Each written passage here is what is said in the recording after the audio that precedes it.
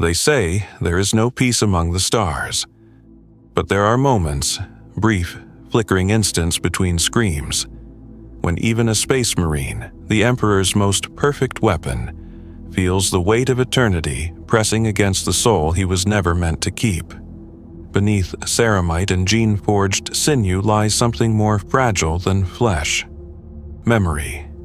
Memory of brothers lost, of wars without number, of prayers unanswered in the roar of bolter fire. For 10,000 years, they have fought without rest, their faith hammered into the shape of armor. But some begin to ask the forbidden question: if death is a mercy denied, what is the meaning of endless survival? What becomes of a warrior when his only enemy left is himself? There are those among the Adeptus Astartes who do not seek glory, nor redemption, nor the Emperor's light. They seek only silence, the kind that no battle hymn can reach. In the cracks of the Imperium's endless wars, there are whispers of warriors who long not for victory, but for an end, not betrayal, not weakness, but a quiet yearning for something the Imperium has long forgotten how to grant. Release. The fortress monastery of Macragge stood like a mountain carved from faith itself. Its walls were older than most civilizations, its battlements crusted with the dust of millennia. Beyond its gates, the endless blue plains of Ultramar shimmered under the pale light of twin suns, but inside, the air was colder, filled with the scent of sacred oils and the metallic tang of reforged armor. Captain Severin walked its halls in silence, his ceramite boots thudding against the stone like a slow heartbeat. Victory banners fluttered from the ceiling, each one a memory of conquest. And yet to him they looked less like triumphs and more like gravestones. His mind replayed the Battle of Darcis Reach, though the campaign had ended weeks ago. He could still see the sky burning, the swarms of orcs falling like locusts under disciplined fire, the taste of ionized air on his tongue as his power sword bit through flesh and steel. The planet had been saved. The populace had chanted his name. But in the quiet after, when the guns cooled and the voxnets fell silent, he had felt something hollow uncoil within him. The Emperor had been praised, the banners raised, the rites of purification spoken, and yet the victory felt no different than all the others. Another world saved, another fragment of the Imperium preserved against oblivion. But what was preservation when the galaxy itself seemed to rot faster than it could be mended? He paused before a reliquary alcove where the mummified skull of an ancient hero rested within crystal, its surface etched with devotional runes. Brother Varus, first captain of the Third Company, slain in the defense of Koth. Severin bowed his head in respect, his breath hissing softly through the vox grill of his helm. "You were blessed," he whispered. "Your war ended." The words echoed off the walls and vanished into the gloom. He stood there a moment longer, as though expecting an answer, but none came. Only the distant chant of servitors tending to the chapel's lumen altars, their voices a broken mechanical hum, repeating prayers they no longer understood. When he removed his helmet, the air felt thin and heavy, as though burdened by centuries of incense and grief. His face bore the calm brutality of one long accustomed to war, eyes like glacial stone, skin marked with the faint silver lines of surgical grafts. The apothecarian had long since purged every weakness from his flesh, but they could not touch the quiet disquiet that grew behind his eyes. He had not slept in 3 standard cycles. He no longer dreamed. And when he closed his eyes, he could almost hear the murmur of the void, the silence between stars where the Emperor's light could not reach. In the Grand Hall of Laurels, his brothers gathered to receive commendations. Hundreds of Astartes stood motionless beneath the aquila carved into the ceiling, their armor polished to a sacred sheen, each plate a testament to devotion and duty. The chaplain's voice thundered through the hall, reciting the verses of triumph. "You have done the Emperor's will. You have brought order where there was only ruin. You are his wrath made manifest." The words struck the air like thunderbolts, yet to Severin they fell hollow. He watched the younger Marines, newly ascended from the scout company, their eyes alight with faith, and felt something close to envy. They still believed that service was salvation. That purpose could still cleanse weariness. He wondered how long it would take before they, too, began to feel the slow corrosion of eternity. When the ceremony ended, Severin walked alone to the arming chapel. He removed his armor piece by piece, each segment clicking free with the sound of old mechanisms. Servitors moved in to anoint the inner plating with unguents of purification, their eyes dull and unfocused. He stood stripped to the black carapace beneath, a lattice of subdermal ports and cable inlets, his flesh almost indistinguishable from the machine. He felt the faint pulse of the life support systems embedded within him, the cold rhythm of something that was no longer entirely human. The Emperor had remade him into an instrument of war, but instruments did not choose when to be silent. He gazed at his reflection in the burnished surface of his gauntlet. For an instant, he did not recognize the face staring back, not because it was monstrous, but because it was empty. A face that had forgotten how to grieve. A face that had outlived everything that gave it meaning. "Why do we fight still?" he murmured. "For whom?" A voice answered from the shadows behind him. "For the Emperor. For duty." Severin turned. Chaplain Altheri stepped from the darkness, his skull helm illuminated by flickering votive light. "Doubt is the rust that eats at the blade," Altheri said. "I have seen it before." Severin inclined his head. "Then you know it cannot be forged away." The chaplain approached, each step echoing with the heavy rhythm of his Crozius against the floor. "Perhaps not, but we endure. That is our creed, to bear what mortals cannot.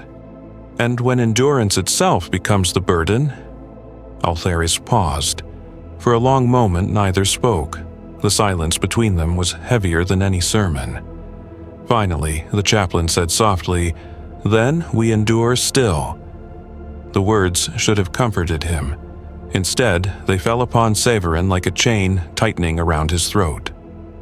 That night, as the monastery slept in its ritual order, Severin walked to the outer ramparts.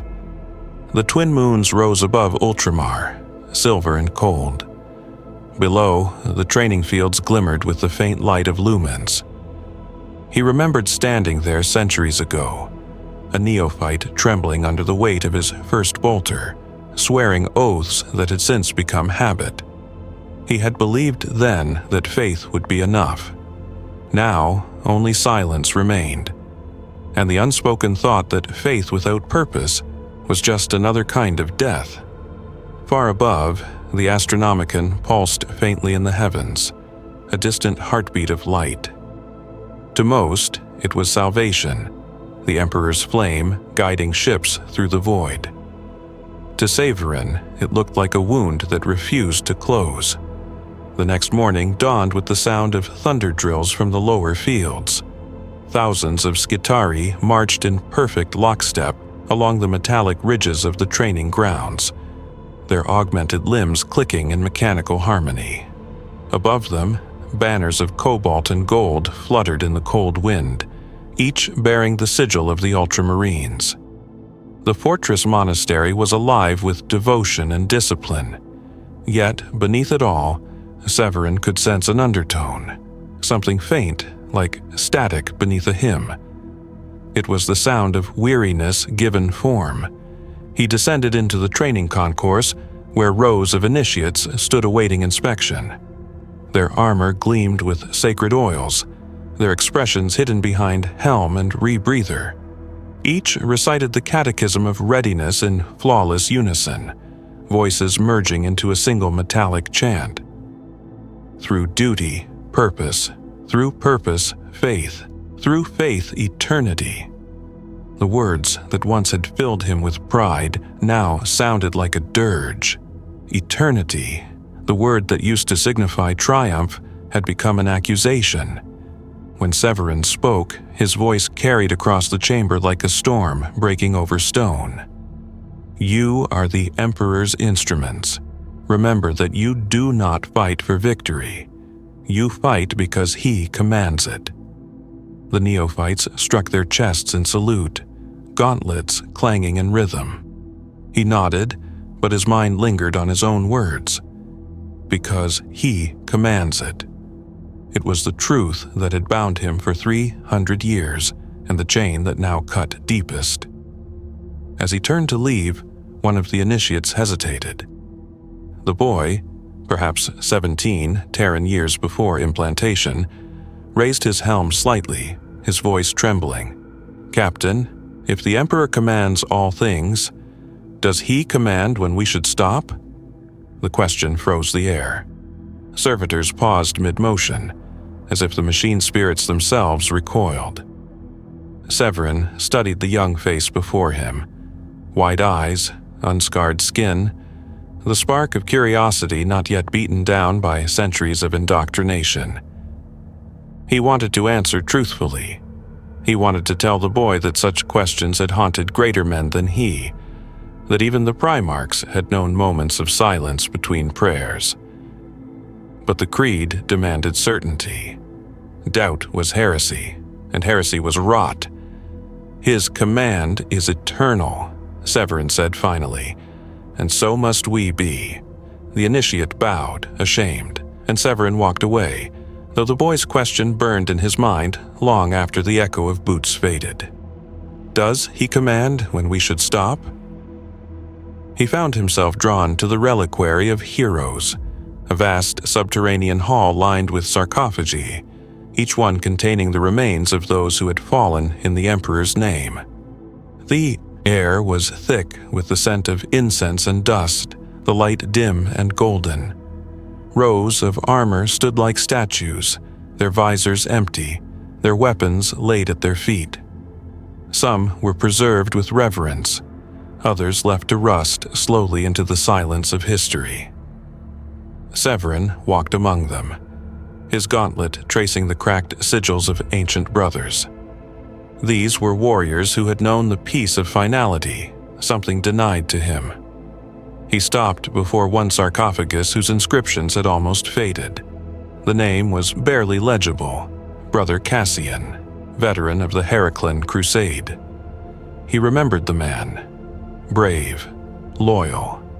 Once, Cassian had spoken softly in the barracks, saying he wished to die on the field, not to linger in the monastery's shadow.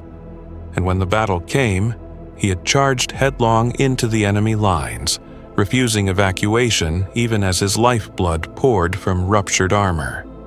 He had died smiling. Severin had thought him foolish then. Now, he envied him. From the corner of the hall, the low, rhythmic hum of machinery broke the stillness. An ancient dreadnought stirred, its sarcophagus pulsing faintly with light. The towering form of Brother Ather moved, servo arms flexing with the slow grace of something half-living, half-entombed. His voice emerged from within the armor, distorted and deep like a choir echoing through the abyss. "Captain Severin, you walk among the dead again." Severin inclined his head. "They are easier to speak with." A mechanical chuckle rolled through the chamber. "Perhaps. They do not argue, nor do they bleed." "You have seen many centuries, brother," Severin said. "Tell me, does the burden ever lessen?" There was a pause. The dreadnought's optics flickered like dying candles. "No," Ather said finally. "It grows heavier with each passing age. But it is a weight I have chosen to bear. Better the chains of duty than the freedom of guilt." "Do you ever wish the Emperor would call you home?" Severin asked. The silence that followed was almost reverent. When Ather spoke again, his voice was quieter, almost human. "Every day. But I would never speak those words aloud in prayer. Why not? Because I fear he might listen." Severin stood still, feeling the chill seep through his armor. The words echoed through him like a confession he had long refused to make. He placed a gauntleted hand upon the dreadnought's massive arm. "Then, we are both cowards, brother." Ather's laughter rumbled softly through the gloom. "No, Captain, we are simply tired." When Severin left the reliquary, he found himself standing before the massive statue of Robut Guilliman in the central plaza. The Primarch's marble eyes stared eternally toward the horizon, his sword raised in silent vigilance. The light of dawn struck the blade, and for a moment, the reflection burned across Severin's face like divine fire. He wanted to feel pride, to feel devotion, but all he felt was distance, as, though even his gene-father's gaze could no longer reach him, he whispered, "How many centuries before, even gods grow weary?" And somewhere deep within him, where faith once burned bright, an unwelcome thought flickered to life. Perhaps they already have. The fortress bells tolled the evening cycle, a deep and sonorous sound that rolled through the vaulted corridors like the heartbeat of some slumbering titan. The day's rites concluded, and the fortress descended into its nocturnal rhythm, servitors gliding on silent treads through the candlelit halls, incense drifting in slow coils around statues of saints, and the quiet murmur of prayer servo-mechanisms cycling through endless litanies. The Ultramarines were a chapter of order and devotion, their every breath sanctified by ritual, their every act a reflection of duty. Yet for Severin, each sound seemed less a hymn and more a dirge. He stood in the chapel of remembrance, where the names of the fallen were carved into black adamantine pillars that stretched up into darkness. Thousands upon thousands of names. So many that the earliest had begun to wear smooth from the touch of countless gauntlets. He reached out to trace one. Brother Terran, his sergeant during the Scourge of Foros. He could still recall the way Terran laughed in the face of death, his battle cry echoing even as the sky fell around them. That had been 2 centuries ago, yet the memory was as sharp as shrapnel lodged in the mind. Immortality was not a gift, it was a trap, preserving wounds that never closed. From behind him came the sound of soft footsteps. He turned to see Altheris again, the chaplain's black armor glinting in the candlelight. "You return here often," the chaplain said, his voice quiet now, stripped of the thunder he used in sermons. "It is not good to linger among ghosts." Severin smiled faintly, though there was no warmth in it. "They are all I have left that feels real." Altheris tilted his head. "And the living?" "The living repeat words they no longer believe," Severin replied. "They fight battles they no longer understand. We speak of purpose, but we do not question what it serves. We are told the Emperor watches, yet the stars grow colder with every passing year." The chaplain approached, his expression unreadable behind the skull mask. "You tread close to the edge, brother. That path ends in silence. Perhaps silence is what I seek," Severin murmured. Altheris studied him for a long moment. "If you wish for silence, then you must first understand the song.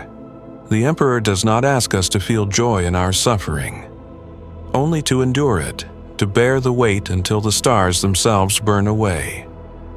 Then, perhaps the Emperor asks too much?"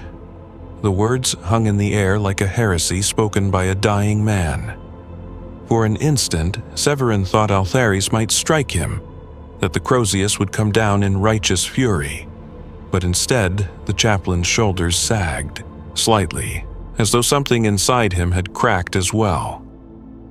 "There was a time," Altharis said softly, "when I believed endurance was its own form of worship. But after 9 centuries of war, I no longer know if we endure for him or if we endure despite him." The admission stunned Severin more than any reprimand could have. The chaplain, the unwavering voice of faith, had spoken doubt, and yet there was no relief in it, only sorrow. "We cannot say such things aloud," Altharis continued, his tone almost pleading now. "Not to the others, not to the reclusium. The young must believe, the line must hold." Severin nodded slowly. "And when the line breaks?"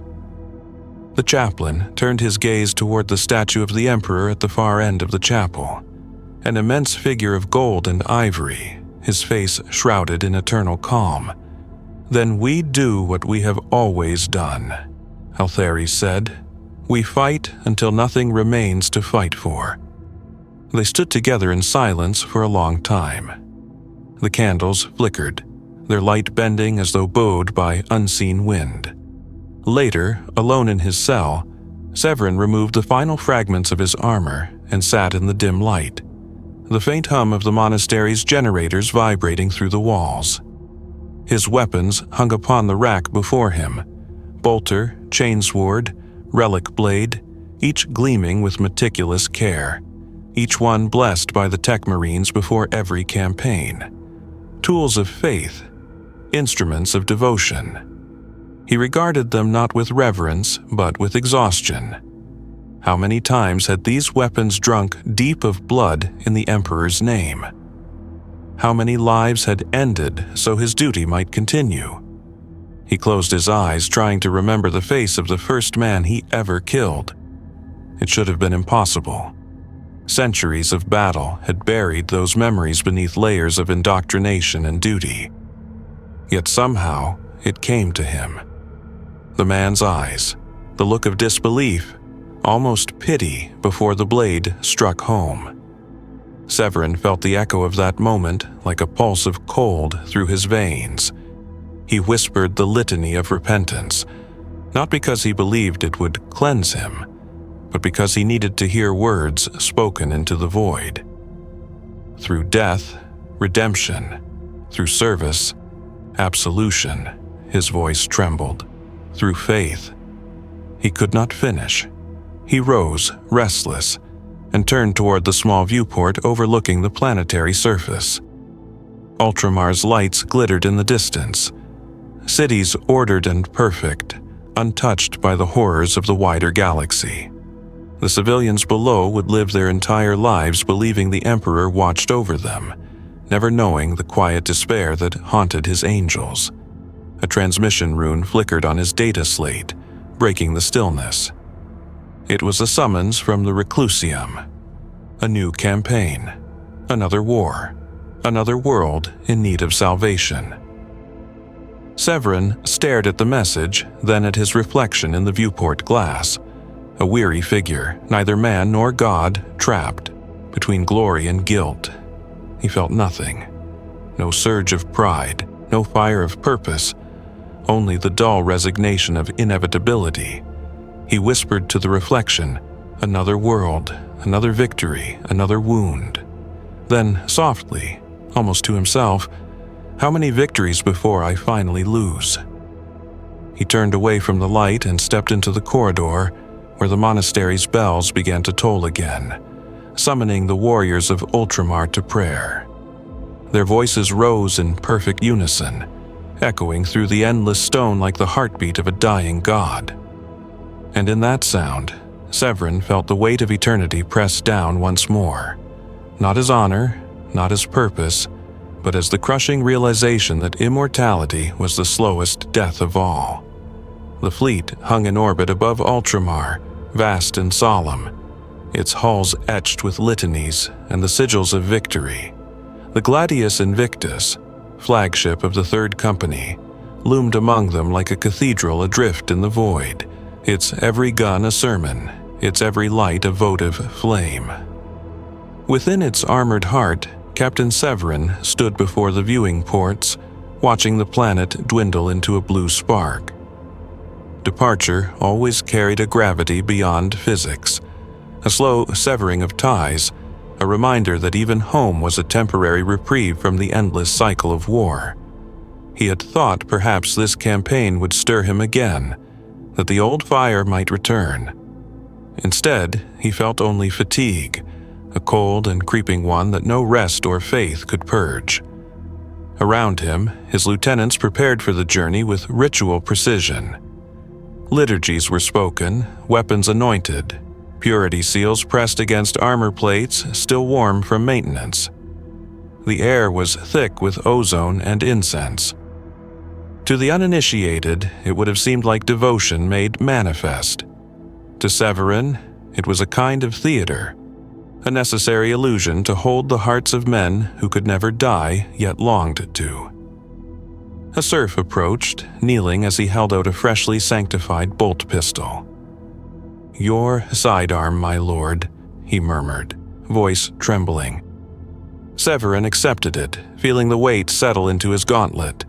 The weapon was perfect, balanced, clean, its grip engraved with the Imperial aquila. But the moment his hand closed around it, he felt the faint tremor of memory. This same pistol had taken lives on Cypra Mundi, had ended a traitor's plea mid-sentence, had delivered mercy to brothers too broken to survive evacuation. Its weight was not just metal, it was history. He holstered it with a slow, deliberate motion and turned to the serf. "Do you believe in eternity?" he asked. The man froze, unsure if it was a test. "Yes, my lord. The Emperor grants it to his faithful." Severin studied him. "Then pray he never does." The serf bowed his head in confusion and withdrew quickly. As the fleet began its ascent toward the warp translation point, Severin made his way to the stratagium. Holo displays shimmered with the faint blue of tactical projections. Enemy, vectors, planetary schematics, the dance of impending conflict mapped out in cold geometry. The target was designated Varnus Secundus, a manufactorum world besieged by heretic warbands. It was a simple operation, the kind that filled 1,000 campaign scrolls, a world to be reclaimed, cleansed, and restored to Imperial order. Routine, predictable, eternal. Lieutenant Gaius stood at attention as Severin entered. "Fleet elements are aligned, Captain. The warp translation will commence on your command. Begin the rites," Severin said. The choir of astropaths began to chant, their hollow eyes weeping thin trails of blood as they opened themselves to the Empyrean. Candles flared to life along the bridge, the sacred seals of the Navigator House igniting with ghostly light. A shiver passed through the ship, the prelude to the great tearing of reality. Severin felt it before it came, the shift in air, the faint pressure behind the eyes, the whisper that seemed to rise from nowhere and everywhere at once. Then, with the sound of glass breaking across the stars, the fleet slipped into the warp. For a heartbeat, there was silence. Then came the screams. They were not physical. They were the voices of the warp, echoes of the damned, the ghosts of uncounted souls bound within the tides of madness. The ship groaned as if alive, its machine spirit crying out in defiance against the storm.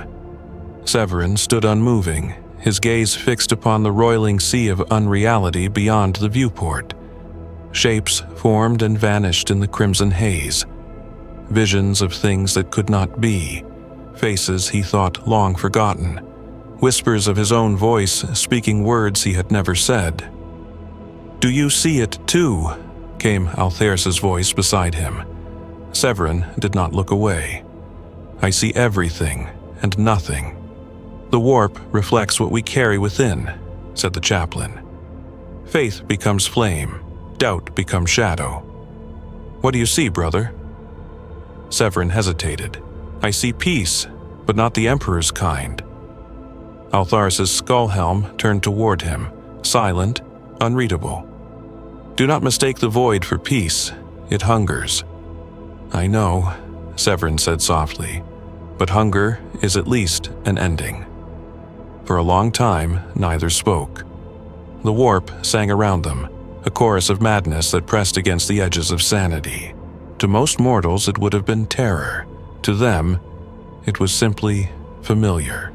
The storm was part of their existence now, just as the silence between battles was part of their damnation.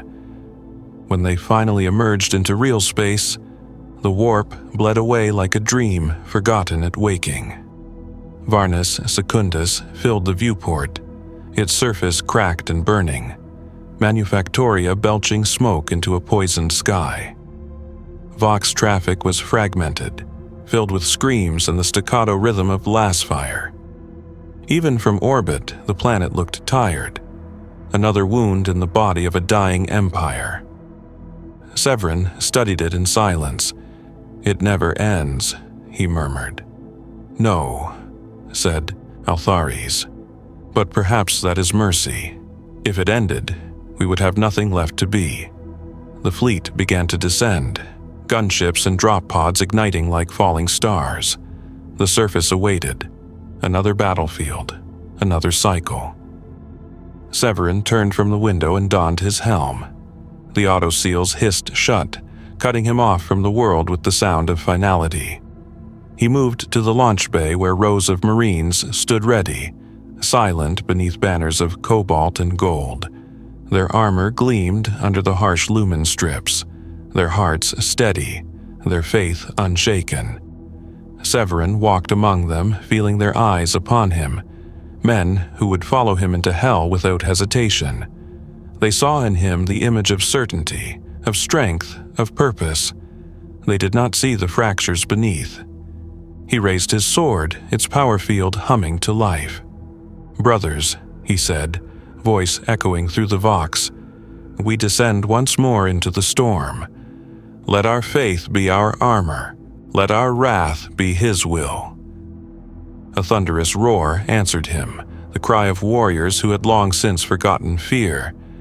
And as the drop pods sealed around them and the engines ignited, Severin felt the weight of eternity settle once more upon his shoulders. Heavier now, but familiar. Like an old wound reopened. The pods fell toward the dying world, streaking through fire and cloud. And for a fleeting moment, as the surface rose to meet them, Severin wondered. Not if he would survive, but if he still wanted to. The drop pod struck the surface like divine judgment.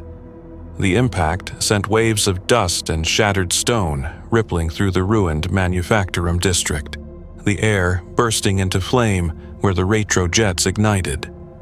Within the pod, restraints snapped free, and Severin rose into the chaos. The world outside was a storm of ash and gunfire. Ruined spires jutted from the earth like the bones of some colossal corpse, their once sacred machinery now defiled by heretic sigils that crawled with flickering corruption. The scent of promethium hung thick and oily in the air, mingled with the iron tang of blood. "Ultramarines, form on me!" Severin's command cut through the din like a thunderclap. His warriors moved with flawless precision, spreading into formation even as debris rained from the heavens. Their bolters spoke in bursts of righteous fury, each shot finding its mark among the advancing heretics. The enemy came in waves, men twisted by devotion to false gods, their flesh marked by the warp's cruel humor. They screamed praises to their unseen masters as they charged, and Severin cut them down with methodical grace. There was no glory in it, only the rhythm of duty. He advanced through the ruins, each step crushing fragments of what had once been the Emperor's works. A servitor crawled from the rubble nearby, its limbs twisted, vox grills sputtering corrupted hymns. Severin drove his blade through its skull without breaking stride. The purity of the strike brought no satisfaction. Overhead, thunderhawks roared, disgorging fresh squads into the inferno. The city burned brighter with each passing minute, a living cathedral of death and devotion. The enemy fought with fanatic intensity, but the Astartes were inevitability made flesh, and inevitability does not tire. Within hours, their positions crumbled, their warlords slain, their idols shattered. And yet, as Severin stood amid the smoking ruins, his armor slick with blood and ash, he felt nothing. No victory, no relief. Only the hollow quiet that followed every battle, the same silence that had haunted him since Darsus Reach, since before. He looked around at his brothers, their armor scorched and scarred, their eyes hidden behind lenses that reflected only firelight. They were perfect, unbreakable, and utterly lost. Althares approached, Crozius still humming faintly with residual power. The field is secure, the heretics are purged. Severin nodded, staring at the burning horizon. And tomorrow? Another world, another war. The captain's gauntlet tightened on his sword. "Tell me, Chaplain, do you ever wonder what would happen if we simply stopped?" Althares tilted his head. Stopped? Stopped fighting, stopped obeying, stopped existing as extensions of the same unending command. "That is not our choice," the chaplain said. "We are not made to choose." "Then perhaps we are not men at all." The words lingered between them, heavy and forbidden. Althares said nothing, and in his silence, Severin found confirmation of the thought he dared not name. He turned away, walking through the ruins until the smoke thinned and the night sky became visible again. Above, the stars burned coldly, eternal, indifferent. Somewhere among them, Terra shone like a distant ember, home to the Golden Throne, to the Emperor whose will had shaped them all. Severin wondered if he still saw them, if he still knew them, or had they become like the servitors, efficient, obedient, and forgotten. He remembered the neophyte's question from the monastery. Does he command when we should stop? He could not escape it. The thought gnawed at him, quiet but relentless. Perhaps the Emperor had stopped commanding long ago, and the Imperium simply continued out of inertia, faith becoming its own momentum, duty its own blind god. As the night deepened, a soft wind carried the distant toll of the chapter's field bells, signaling the beginning of the purification rites. He was meant to attend, to recite the prayers, to bless the fallen, to reaffirm devotion. Instead, he remained where he was, surrounded by the corpses of enemies and the ashes of comrades. He deactivated his helm's vox and let the silence envelop him. For a long time, he simply stood there, watching the fires die. The smell of burnt metal and bone clung to the air like a memory that refused to fade. He thought of Brother Cassian's smile in death, of Ather entombed in his iron shell, of Althares' weary confession. He thought of the Emperor, bound to the Golden Throne, neither living nor dead, and in all of it he found a reflection of himself, a warrior suspended between duty and oblivion, kept alive by faith that no longer felt his own. For the first time in centuries, he felt the faint tremor of something that might have been fear. Not of death, he had faced that 1,000 times, but of the possibility that he would never die. A faint flicker of vox light blinked on his gauntlet. The fleet awaited his command. Orders had to be given, reports had to be filed. The cycle continued. He should have moved, spoken, acted. But for one fragile moment, Severin allowed himself stillness. He looked to the stars and whispered, "If this is eternity, let it end." The words were swallowed by the wind, carried upward into the smoke and fire, into the cold void that stretched beyond sight. And though no answer came, he thought, or perhaps only imagined, that somewhere deep within the immensity of the night something stirred. The faintest pulse, the suggestion of acknowledgement. Then it was gone, and the silence returned, vast and absolute. Severin turned his gaze back toward the horizon, where the next war waited. The sky was burning again. It always was. He stepped forward, and the weight of eternity followed. If you stand among the faithful, if you carry even a fragment of awe for the heroes who bleed in the Emperor's name, then walk with us now into their shadow. Like, share, and join this journey, not to glorify death, but to understand why even the immortal might come to crave it.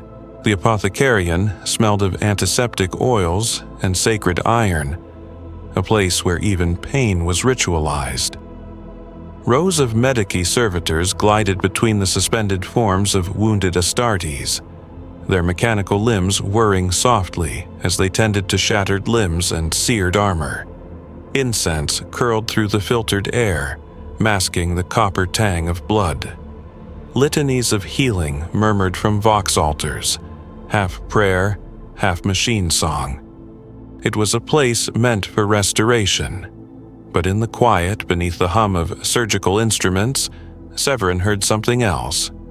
The slow, rhythmic pulse of the past. He lay upon the bio-slab, armor stripped away, the black carapace gleaming faintly under the lumen strips.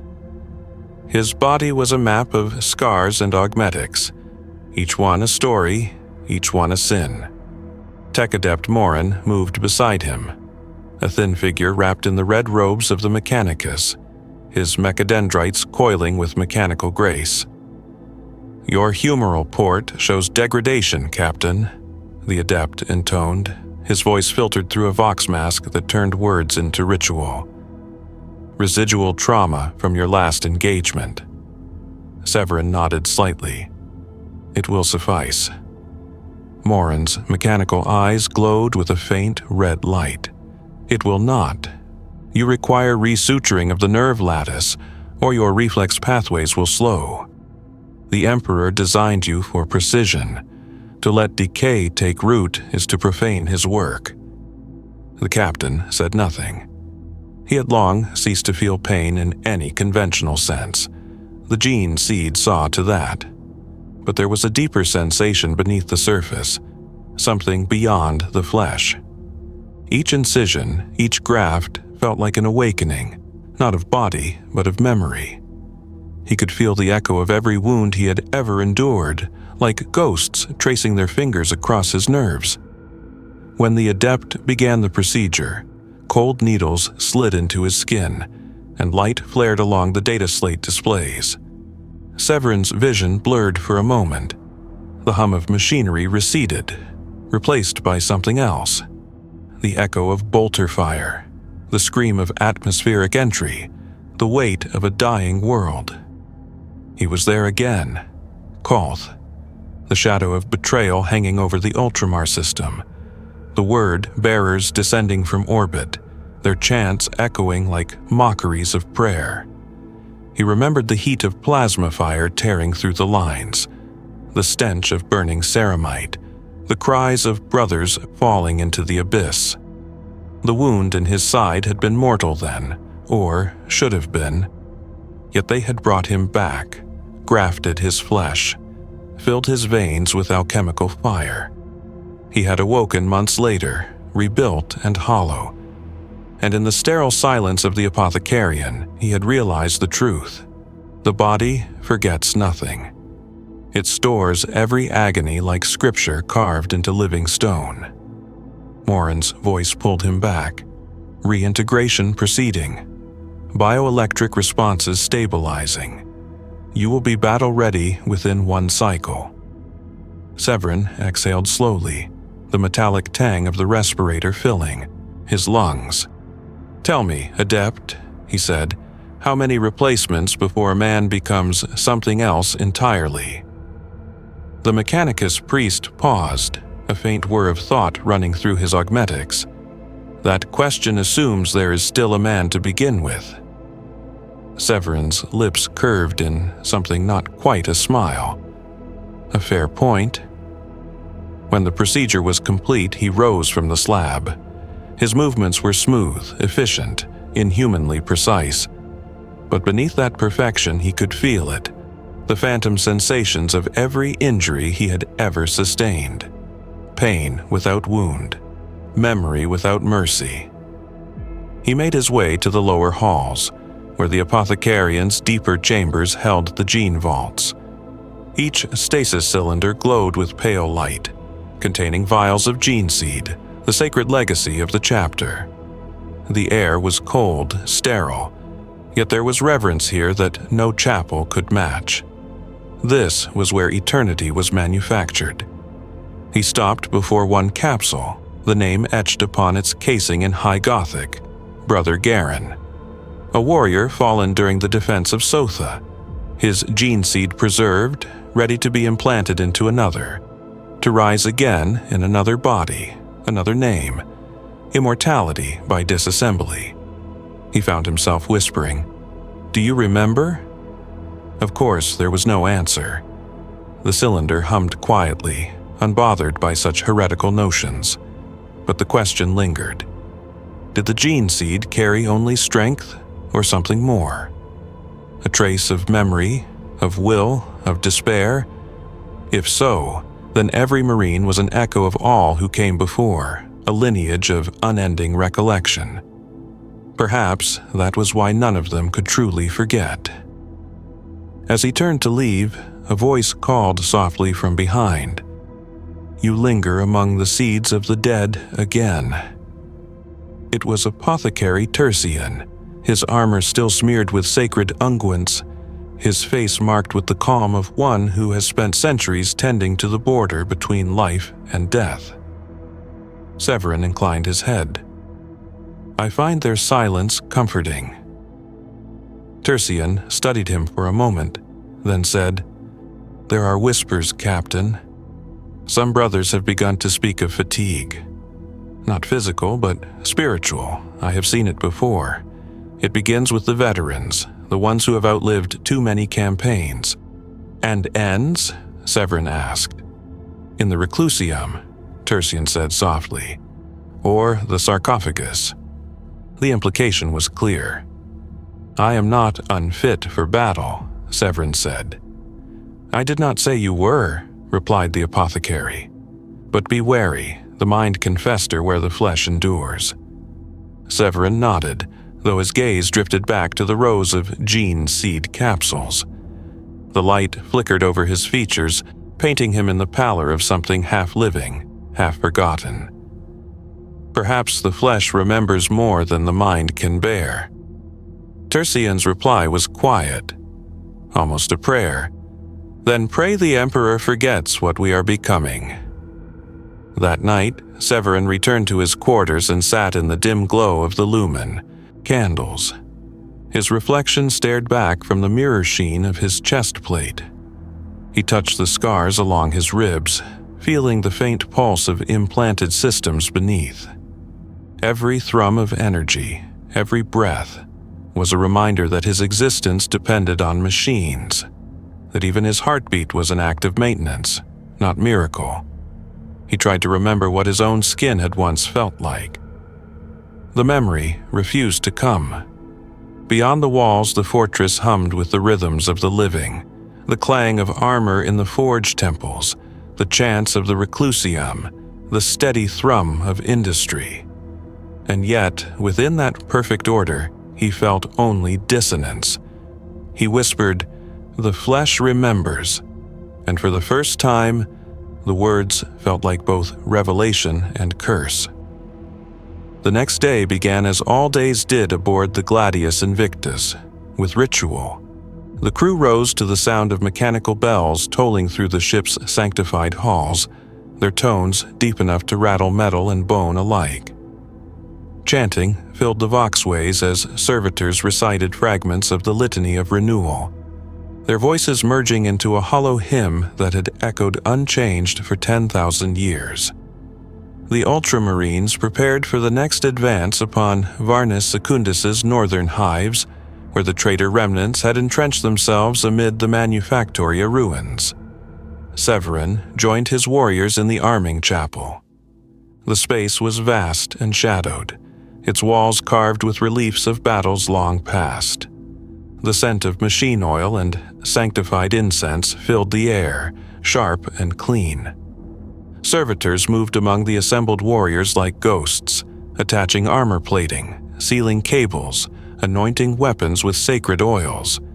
The ritual had always steadied him before battle, but now he found himself distracted, not by fear, but by awareness. He could feel the microservos tightening against his spine, the hiss of the power armor's artificial lungs synchronizing with his own. The line between body and machine had never felt thinner. As the final plate locked into place, the sensation was almost suffocating, as if the armor did not protect him but consumed him. Each motion was perfect, fluid, efficient, yet it felt less like control and more like compliance. The armor knew what to do, he merely followed. Althares stood nearby, chanting the benediction of purity over the assembled company. The flesh is the vessel, the steel its sanctifier. Through suffering, we remember his light. Through obedience, we become his will. Severin found his voice rising with the others, the words automatic, his lips shaping prayers that had long ceased to move his heart. The chorus thundered through the chapel, filling every crevice with devotion. Yet behind each phrase, he heard the whisper of something older, a wordless murmur that came not from lips or vox, but from within the flesh itself. It was as though his body, older than his conscious thought, was trying to speak its own truth. When the rite concluded, Severin lingered. The others filed out, their steps measured, their armor gleaming in the light of the lumen arches. He remained still, listening to the hum of his armor's reactor core. Each pulse of energy resonated through him, echoing the rhythm of his heart. He could no longer tell which was which. He made his way through the ship's lower corridors, past the sanctified cogitator banks and the shrines to the Omnissiah, until he reached the reliquary vault. Inside, ancient relics of the chapter rested in stasis fields. Weapons, armor fragments, even preserved limbs from long-dead heroes, each one a holy artifact. One display caught his eye, a severed hand, still encased in armor, its fingers frozen in the gesture of benediction. The plaque read, "Hand of Brother Marcellus, fallen during the scouring of Talisar." The sight stirred something deep within him. He remembered that campaign. Marcellus had been one of his squadmates, a proud, steadfast warrior who laughed even in the face of death. When the plasma shell struck him, vaporizing half his body, the apothecaries had salvaged what they could. His gene seed preserved, his hand enshrined, his memory immortalized.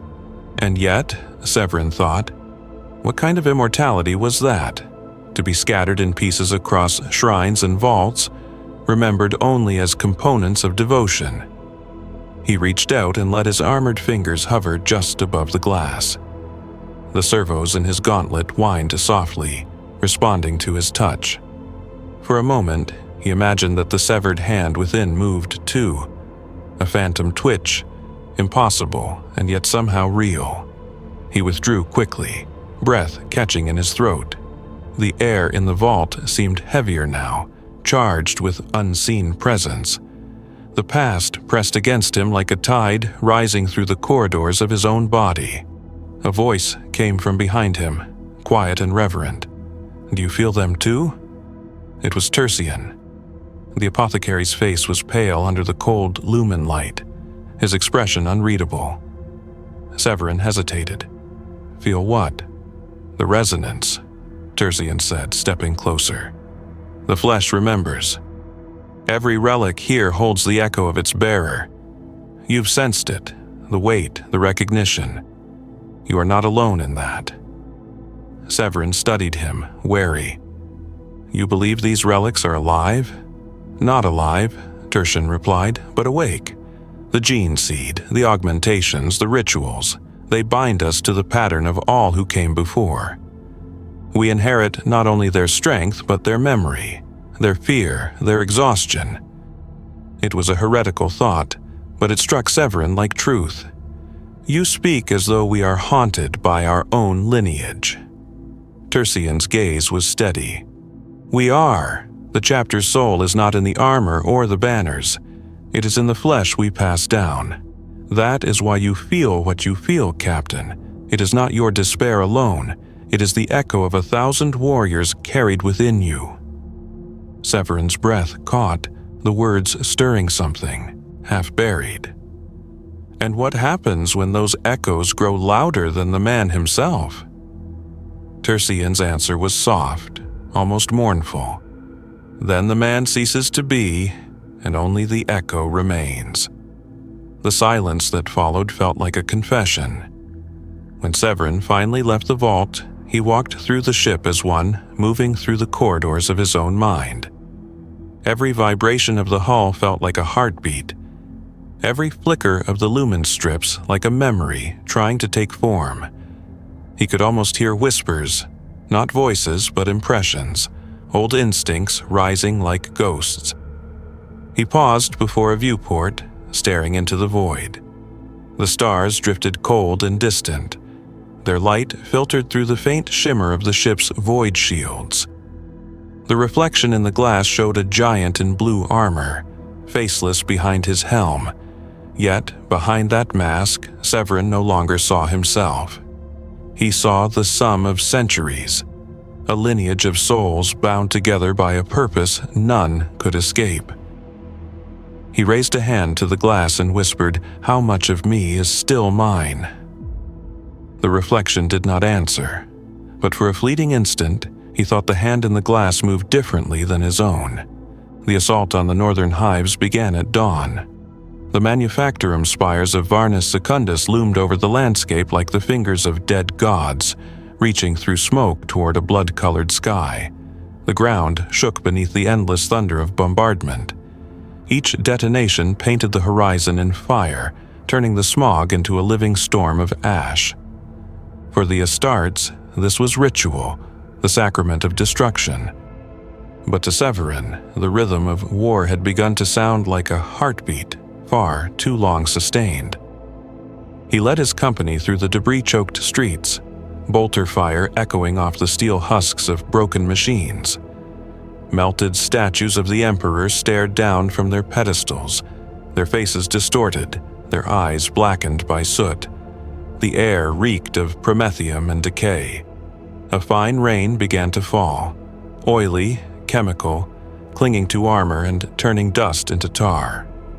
"Contact ahead," came Gaius's voice over the Vox, sharp and disciplined.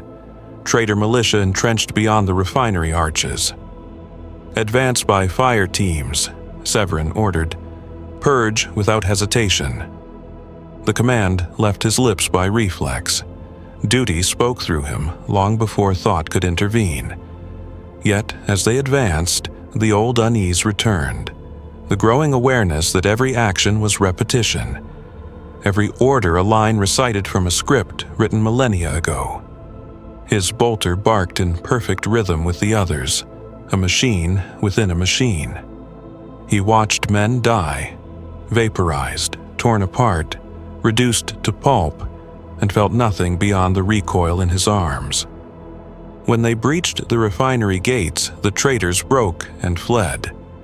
Severin pursued them into the interior, where molten rivers of slag cut through the floor like veins of liquid fire. The heat shimmered, distorting vision. Through the haze, he saw one of the enemy stumble, a man, half his face melted by heat, his armor little more than scrap. The heretic dropped his weapon and fell to his knees, hands raised in surrender. For a moment, Severin froze. He could hear the man's breathing, ragged and desperate. Beneath the grime and filth, he could almost see a reflection of humanity, the thing he had once been. The man spoke, voice shaking. "Please, I remember. I was one of yours once. Astra Militarum. They said the Emperor forgot us. Severin fired. A single bolt round, clean, efficient. The man's body fell backward into the molten flow, consumed instantly. He stood there for several heartbeats, watching the slag bubble and churn. Behind his lenses, the world wavered. He told himself it was the heat distortion. But somewhere deep within, a faint tremor began in his hands. Not fear, not anger, memory. He could feel the echo of another moment, long ago on a different world. A boy kneeling, unarmed, crying out the same words. He had silenced him then too, the same motion, the same justification. When the fighting subsided, the Ultramarines gathered among the ruins. Victory was absolute. The enemy stronghold lay in smoldering ruin, their icons shattered, their bodies uncounted. The apothecaries moved among the wounded, collecting gene seed from the fallen. Severin watched them work, the sacred ritual performed with unflinching precision. Every organ removed, every drop of blood measured, every brother catalogued and sealed for eternity. Tercian approached him once more, his armor scorched, his voice calm. 7 fallen, all recovered. Their legacy is preserved. Severin nodded, but his gaze lingered on one of the stasis vials Tercian carried. Inside floated the faint, luminescent shape of a progenoid gland. To most, it was sacred biology, the Emperor's gift of continuity. To Severin, it looked like a captured soul. Tercian followed his gaze. "You feel it, don't you?" Severin's voice was barely audible. "Every time. The gene seed carries more than flesh," the apothecary said quietly. "Every echo, every agony, every triumph, they all remain. When you die, Captain, your essence will not fade, it will pass on. In that way, none of us ever truly rest." "Rest," Severin repeated, the word tasting foreign. "Then perhaps that is why some of us crave death. Not to die, but to finally end." Tercian's eyes softened. "Careful, Severin. Such thoughts border on apostasy. Then perhaps apostasy is the last honest prayer we have left." The apothecary said nothing. There was nothing left to say. They returned to the Gladius Invictus under a sky thick with smoke. The city still burned behind them, fires crawling up the towers like votive candles in some colossal cathedral to ruin. From orbit, it would look like purification. From the ground, it felt like penance. Back aboard the ship, Severin dismissed his company to recovery and stood, alone, in the observation deck. His armor was cracked and blackened, blood seared into its joints. He did not remove it. He could not. Beneath the ceramite, his skin itched as if alive, as if something within him were pressing outward, not infection, but memory seeking release. He closed his eyes. Flashes came, the cries of Koth, the smoke of Phoros, the dying light of Cassian's smile, the shattered eyes of the traitor who begged for mercy. They bled together into a single image. Endless war, endless faces, endless echoes of his own hand pulling the trigger. His body began to shake, not from weakness but from the unbearable weight of remembrance. He tore off his helm and gasped for air. It felt thick, unclean, filled with ghosts. When he looked up again, he saw his reflection in the viewport, a figure of armor and scars, the Emperor's perfect weapon. Yet behind the lenses, he no longer saw his own eyes. He saw the eyes of every brother who had ever fallen, staring back through him, silent and accusing. He whispered, "How many of us live in this shell?" And for a moment, he could swear he heard the answer, not from his own lips, but from within. "All of us." The whisper faded with the hum of the ship. He stood there a long while, motionless, a statue of iron and regret. Outside, the stars turned slowly, their light ancient and uncaring. The flesh remembered, it always did. Sleep had long ago become something Severin no longer understood. The Astartes required only rest cycles, shallow trances that sustained the body but denied the mind its release. Yet that night, within the dim sanctum of his quarters, he found himself caught between waking and something else, a borderland where the living and the remembered shared the same breath. He sat upon the cold stone of the floor, armor shed, clad only in the black weave of the undersuit. The lights were low, the air heavy with the faint scent of machine oil and sanctified wax. Around him burned a circle of lumen candles, their flames wavering in the slow rhythm of the ship's life support systems. Upon the table before him lay a data slate, its screen dark save for a single pulsing rune, the Reclusium's prayer program, looping the canticle of renewal. He ignored it. Instead, he listened to his own heartbeat. It was steady, mechanical, the product of an organ older than his memories, its rhythm dictated by gene-forged perfection. And yet, beneath that precision, he heard something irregular, a counterbeat, faint, almost human. He exhaled, and for an instant the shadows around him seemed to move. Not the flicker of candles, something deeper, like silhouettes leaning from the walls. Shapes without form, yet not formless. Familiar. Brother? The word came soft. Not from his vox, not from his mind, but from within his own chest, as though spoken by a voice buried beneath bone. He froze. Again, the whisper. Brother, remember. It was a voice he knew, faint, distant, but known. Cassian, the friend who had died smiling upon the field centuries ago. He turned, though there was no one there. The room remained empty save for the shimmer of candlelight. Yet the air felt charged, alive, vibrating with presence. Cassian, he said quietly. The whisper answered, not as sound but as feeling. Images flared behind his eyes, a battlefield drowned in smoke, the taste of iron, the laughter of a dying warrior. The memory did not rise from thought, but from muscle, from nerve, from the marrow itself. The flesh was remembering, unbidden. More voices joined it now, not words, but impressions. 1,000 memories stirring. Every wound he had ever taken, every death he had ever witnessed, every scream that had echoed over his vox-link. They did not belong only to him, they were the chorus of all who had come before. The gene seed within him was not just inheritance, it was a hive of ghosts. He tried to rise, but his limbs felt heavy, as though the air itself pressed down upon him. His vision blurred, flickering between present and past. For an instant, he saw himself on a dozen battlefields at once, dying, killing, kneeling, rising. The moments folded into one another, seamless and eternal. And through it all, the same whisper persisted. Remember. Then, suddenly, silence.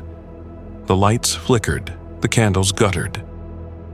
Severin found himself kneeling on the floor, breath ragged, sweat cold upon his skin. His hands trembled. The muscles beneath his flesh quivered, as if something within them still tried to move without his command. Slowly, he lifted his gaze to the mirror opposite him. The reflection was wrong. The face that looked back was not his. For the briefest instant, it was Cassian's, the scar along the jaw, the faint tattoo of the Ultramar sigil beneath one eye, eyes bright with youth, unbroken by centuries. Then the vision flickered and was gone, leaving only his own face, hollow, gray and afraid. He staggered back, knocking over one of the candles. The flame sputtered and died, the scent of burnt oil filling the air. A hiss of static broke the silence. The data slate had activated itself. Lines of text scrolled across its screen, the words distorted but legible. The flesh remembers. The soul endures. The Emperor knows all things that bleed. Severin's breath caught. It was an apocryphal verse, forbidden, omitted from the sanctioned litanies. He had read it once, years ago, in a prescribed text seized from a fallen librarian. He had thought it myth. The screen flickered again, and for an instant another line appeared, one not part of any litany. He remembers through us. Then the slate went dark. Severin sat in the darkness, heart pounding. The silence was suffocating. He rose unsteadily and crossed to the small shrine at the far wall, a simple alcove bearing the imperial aquila and a votive icon of the emperor. He knelt, as he had done countless times, and whispered the prayer of the penitent. But the words faltered. They felt foreign in his mouth, hollow and cold. He pressed his forehead to the floor, whispering, "Is that it, then? Are we only vessels, carriers of your memory? Does the Emperor even see us, or does he only see himself reflected in what remains?" No answer. Only the faint hum of the ship, the quiet hiss of circulating air. He lifted his head. The candles flared again, without touch, without cause. For a heartbeat, their light seemed to take shape, forming a vague silhouette before the shrine, tall, indistinct, like a figure standing in benediction. The voice returned, softer now. "We remember so he does not have to." And then it was gone. The light dimmed. The air grew still once more. Severin remained kneeling long after the vision faded, his mind silent, his heart heavy. He could not decide if what he had heard was revelation or madness, perhaps both. At last he rose and donned his armor once more. The plates locked into place with familiar precision, sealing him away from doubt, from flesh, from memory. But as the final seal clicked shut, he felt a faint tremor in his chest, a whisper beneath the heartbeat. It said nothing now. It did not need to. The flesh remembered, and it would not let him forget. The fortress monastery of Macraga was not silent. It only pretended to be. Beneath the hymns, beneath the endless clangor of hammers striking ceramite and the low rumble of training engines, there was another sound, something quieter, older.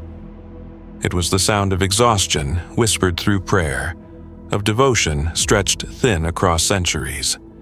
The Ultramarines were eternal, yes, but eternity had begun to feel like decay, slowed to ritual pace. When Severin returned from the Varnus campaign, the fortress received him with ceremony. The banners were raised, the bells of victory tolled, and the names of the fallen were carved into new slabs of marble that already bore the scars of 1,000 such inscriptions. He stood before the chapter master, bowed his head, accepted the oaths, the blessings, the accolades, and all the while his mind was elsewhere, still in the apothecarian, still in the dark where whispers had taken voice. After the rites, he walked through the Hall of Honor where his brothers gathered. Laughter, restrained but genuine, echoed among the vaulted ceilings. Servitors carried trays of sacramental wine, poured into goblets shaped like miniature reliquaries. Veterans recounted the details of the campaign with the precision of liturgy. "The traitor lines broke within 2 hours of orbital bombardment," said Gaius, his tone matter of fact. Captain Severin's spearhead led the advance through the refinery arches. The others nodded, the moment already fossilized into the language of legend. Severin drank, but the liquid tasted of metal and memory. He felt their eyes upon him. Admiration, reverence, expectation. They saw him as a figure of certainty, the anchor that steadied their faith. They did not see the tremor beneath the surface, the fracture that widened a little more each time someone called his name in praise.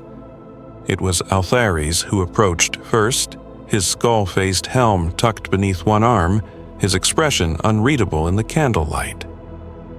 "The chapter rejoices," he said, "and yet you stand apart." "I rejoice," Severin replied. "Your voice says the words," Althares murmured, "but your soul does not echo them." Severin met his gaze. "You taught me to endure, chaplain. I am enduring." The older Marine studied him for a long moment. There are cracks even in stone. Endurance alone cannot fill them. Before Severin could answer, a roar of laughter erupted from the other side of the hall. Several younger Astartes, neophytes barely a decade from implantation, had begun a sparring match with blunt training swords. The onlookers cheered as ceramite clashed against ceramite, each impact ringing like a bell. Their voices rose in a chant, the same rhythm used in battle, the same unity that made them brothers. But there was something in that chant that caught Severin's attention, a dissonance, a note out of place. He turned his head and saw one of the older sergeants, Brother Myeron, standing apart, his face half hidden by shadow. His lips moved, not in cheer, but in quiet repetition of a different phrase, one that did not belong to any known litany. Severin approached him. "Brother, you do not celebrate?" Myeron looked up, eyes distant. "I hear it," he said softly. "Can you not?" "Hear what?" "The others, in the walls, in the blood, they sing." Severin frowned. "You've returned from campaign too soon. You should be in recovery." Myeron shook his head slowly. "Recovery from what? The flesh heals, Captain. The spirit does not." Before Severin could speak further, Altharis interceded, his tone firm. "Brother Myeron has been under my supervision. His devotion remains intact." "Does it?" Severin asked. Myeron's gaze lifted, unfocused. "They sing for silence," he whispered. The hall grew quieter around them, though no one seemed to notice. Severin felt a familiar chill along his spine, the same sensation that had haunted him since the Apothecarian, the same resonance in the flesh. Later, when the feasting ended and the bells of a curfew tolled, he found Myeron again, not in his cell, but kneeling in the chapel of the penitent. The candles there burned low, their flames guttering in the cold air. The Marine's armor was stripped away, his hands bare, his lips moving in fevered prayer. "Brother," Severin said, stepping forward. Myeron did not look up. His voice was hoarse, desperate. "I can still hear them, all of them, the brothers who fell. Their voices fill the silence between heartbeats." Severin knelt beside him. "You're not alone in this." Myeron turned his head. His eyes were wet, not with tears, for such things had been taken from them long ago, but with blood. "If the flesh remembers," he said, "then it also grieves, and I cannot bear its grief any longer." Before Severin could reach for him, Myeron drew a combat blade from beneath the altar. The edge gleamed with consecrated oil. He placed it against his own throat, his expression serene. "Forgive me, Captain. I offer this silence to the Emperor." "Myeron." The blade flashed. The sound was soft, almost beautiful, like a candle being snuffed. Severin caught the body before it fell. Warm blood soaked his hands, thick and vivid against the blue of his armor.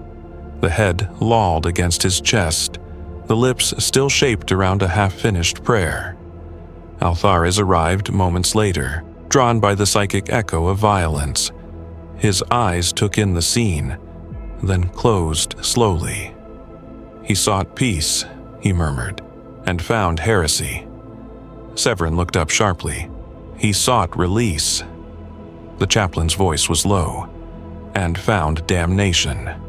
Severin felt something break inside him then, a soundless fracture. "If this is damnation," he said quietly, "then perhaps damnation is mercy." Altharis said nothing. They stood in silence, the body cooling between them, while the candles flickered like the last breaths of the faithful. When they finally carried Myeron to the Apothecarian, the servitors worked without expression, cleansing, sealing, cataloging. His gene seed was extracted, his armor sanctified, his name entered into the rolls of the fallen. Within the hour, all that remained of him was a line of script and a vial of genetic legacy stored for the next generation. Severin watched the process in silence, feeling the faint tremor of remembered pain in his palms. the apothecary murmured the final words.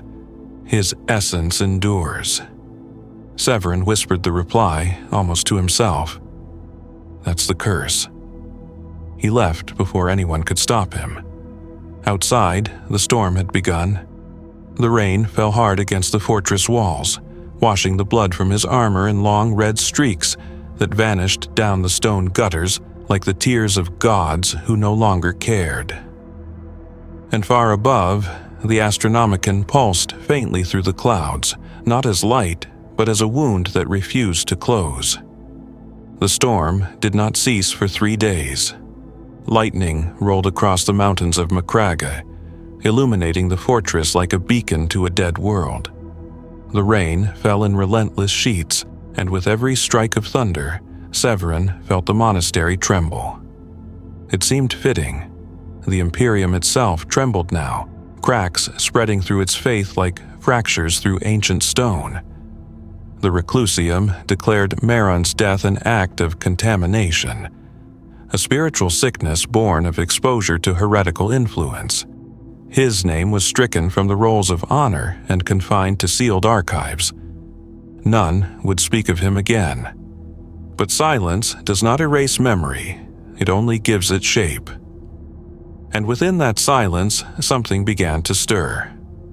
In the days that followed, Severin noticed changes among his brothers. Subtle things at first, a hesitation during prayer, a delay in response, eyes that lingered too long upon the empty cells of the fallen. The chaplains called it post-campaign fatigue, but Severin knew better. It was spreading, quiet and unseen, like rot beneath polished ceramite. He found himself standing one evening in the training halls, watching squads drill with machine-like precision. Every strike, every parry, every motion was perfect and utterly lifeless. It was as if the soul had been bled from the flesh, leaving only choreography behind. The clang of practice blades echoed through the hall, rhythmic, hypnotic, a choir of steel without song. When the drills ended, one of the younger Marines approached him. Brother Icarian, newly ascended from the scout company, eyes bright and earnest beneath the helmet lenses. "Captain," he said, voice reverent, "permission to speak freely." "Granted. I heard what happened to Sergeant Maron." Severin's jaw tightened. "You were not meant to. I know. But rumors move faster than prayers." Icarian hesitated. "They say he lost his faith, that he sought release." "He sought silence," Severin replied, "and silence is a dangerous craving." The young Marine nodded slowly, as if considering each word. "Do you ever think about it, Captain? The silence?" The question struck Severin like a blade between the ribs. For a long moment he said nothing. "I think about duty," he said at last, "and duty leaves no room for silence." Icarian's gaze did not waver. "Then how do we breathe?" Before Severin could answer, Altheris's voice echoed across the hall. "Brother Icarian!" The chaplain's tone was sharp. "Return to your quarters, now!" The younger Marine obeyed without protest, but as he passed Severin, his voice came softly through the vox link, barely audible. "If we cannot breathe, Captain, we will drown." The words lingered long after he was gone. Altheris approached, his expression unreadable beneath the skull mask. "You encourage them by listening," he said. "Doubt spreads through attention."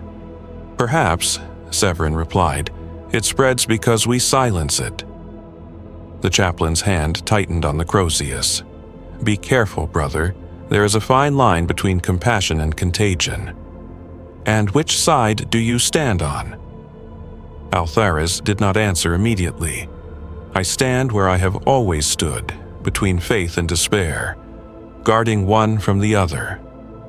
Severin turned away, the sound of thunder masking his reply. "Then guard us well, because despair is winning." That night he could not rest.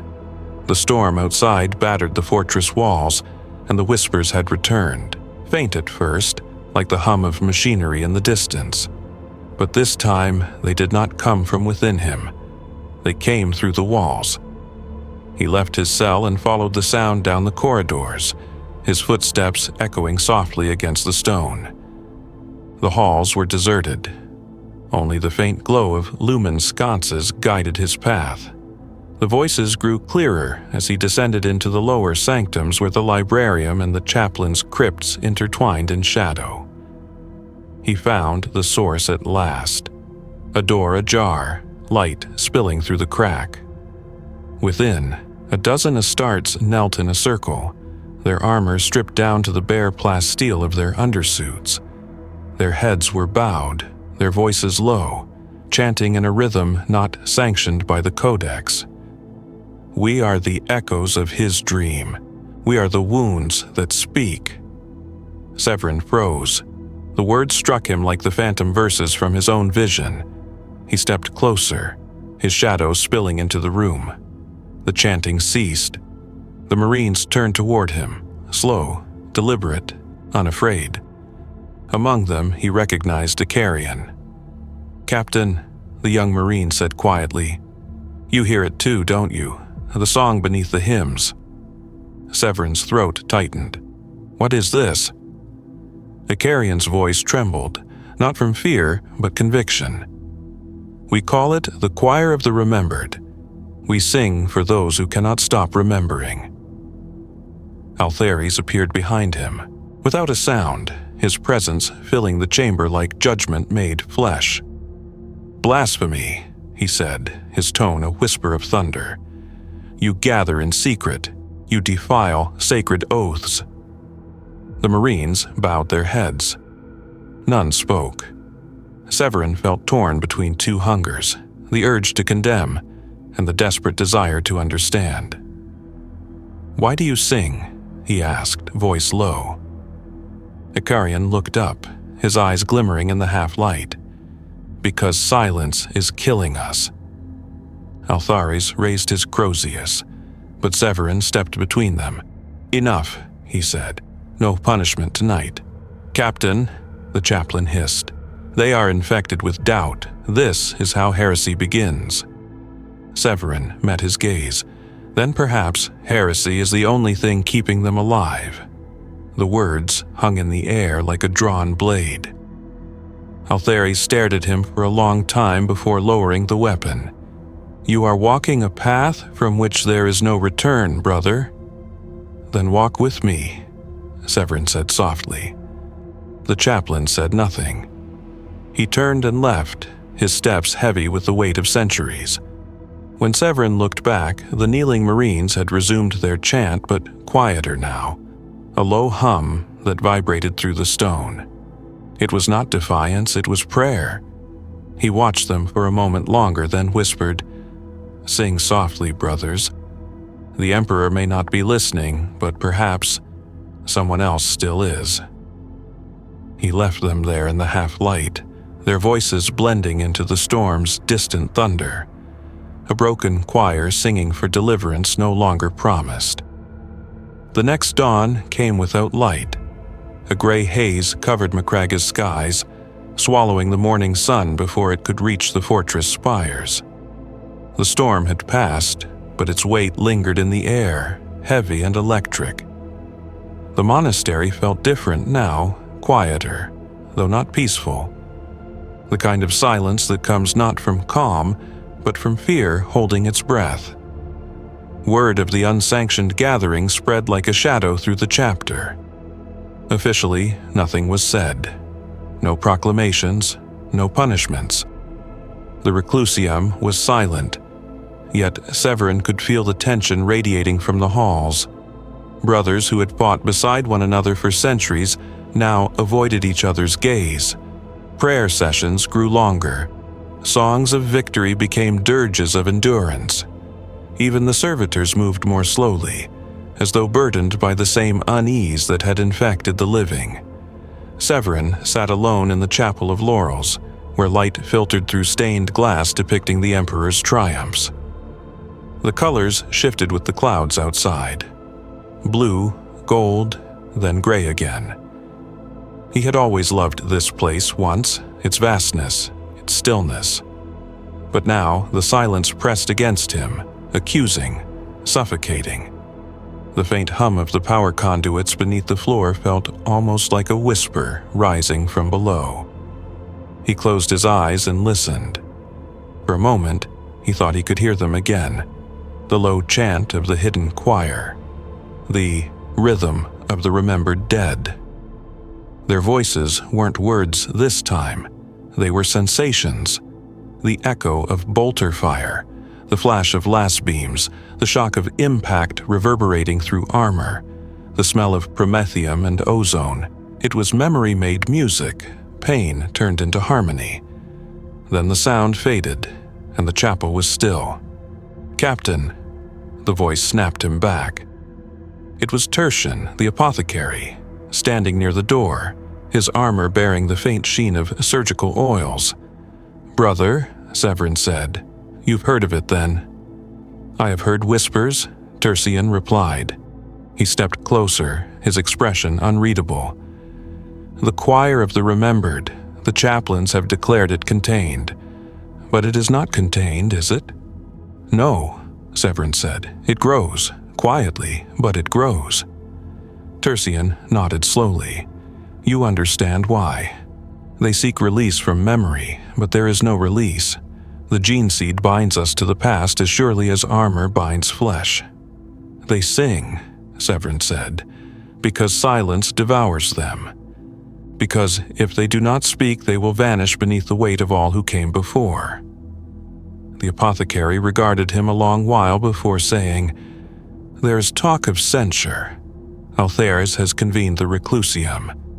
If they declare the choir heretical, those who took part will be remanded for reconditioning." "Reconditioning?" Severin repeated softly. "A euphemism for erasure." Tertian inclined his head. "Better that than contagion." Severin rose to his feet, his armor whispering against the stone. "I have fought demons, traitors, the endless filth of the warp. I have seen men broken and remade in the Emperor's name. But this, to erase memory itself, that is the truest heresy." Tertian's voice lowered. "You speak as though memory is sacred." "It is," Severin said, "even when it damns us." The apothecary hesitated, then stepped closer. "There is another reason I came, Captain. One of the choir, Brother Icarian, has been taken to the apothecarian. They say his mind fractured during prayer. He began speaking in tongues, languages no one could identify. Some say it was binary, others that it was something older." "Where is he?" "In the lower recovery ward." Severin did not wait. The apothecarian was darker now, its lumen strips dimmed to conserve energy during the storm's aftermath. The air was colder, heavy with the antiseptic scent of preservation fluid. Servitors moved like pale insects among the recovery pods. In the far corner, beneath a halo of blue light, lay Icarian. His armor had been removed, leaving only the carapace layer and the web of cables feeding into his spine. His eyes were open but unfocused, staring at something beyond sight. "Leave us," Severin said. The servitors obeyed, gliding silently into the shadows. He approached the slab and knelt beside it. "Brother," Icarian's gaze shifted slightly, the faintest movement of recognition. His voice was a rasp, raw and thin. "Captain, you hear it too." "What do you hear, Icarian?" "The choir. It sings still, not in the halls, in the blood, beneath the hum of the machines. The Emperor listens." Severin's throat tightened. "The Emperor does not speak." Icarian's lips twitched into a faint smile. "Then why does he hum?" Severin froze. There was no mockery in the Marine's tone, only serenity. He leaned closer. "What did you say?" "The song," Icarian whispered. "It comes from him. The Golden Throne is not silent. It remembers us. Every death, every prayer, every scream, The choir only echoes what he cannot stop hearing. The words chilled Severin to his core. Those are dangerous thoughts, brother. They are not thoughts, Icarian murmured. They are truth. The Emperor dreams, Captain, and we are his dream, screaming to wake. His breath hitched, his body shuddering as a spasm ran through his limbs. Alarms flared softly from the monitoring devices, but Severin did not move. He watched as Icarian's eyes rolled back, revealing irises pale as ice. In that moment, Severin felt it again, the resonance, the pulse within his own flesh. A rhythm matching Icarian's heartbeat. It spread through his veins like a vibration, a harmony too deep for sound. The air itself seemed to tremble. And then, suddenly, silence. Icarian's body went still, the monitors flatlined with a steady, unbroken tone. Severin remained kneeling, hand resting on the fallen warrior's chest. Beneath the skin, the faint warmth of life faded, but the resonance did not. It remained, faint and persistent, echoing through him like a whisper from the depths. He bowed his head and whispered, "If the Emperor dreams, may he never wake." When he rose, Tertian stood in the doorway, watching in silence. "Another gone," the apothecary said quietly. "The Reclusiam will not forgive this." "Then let them try," Severin said. "They cannot silence what the flesh remembers." He walked past Tertian and out into the corridor, his footsteps heavy against the stone. The hum of the ship returned, faint and familiar, the song of the dead still playing in the arteries of the living. Behind him, Icarian's body lay motionless. Yet for a moment, only a moment, the fingers of one hand twitched, as though answering a note the living could no longer hear. The Reclusium gathered 3 nights later beneath the fortress's deepest vault, a cathedral of judgment where stone met eternity.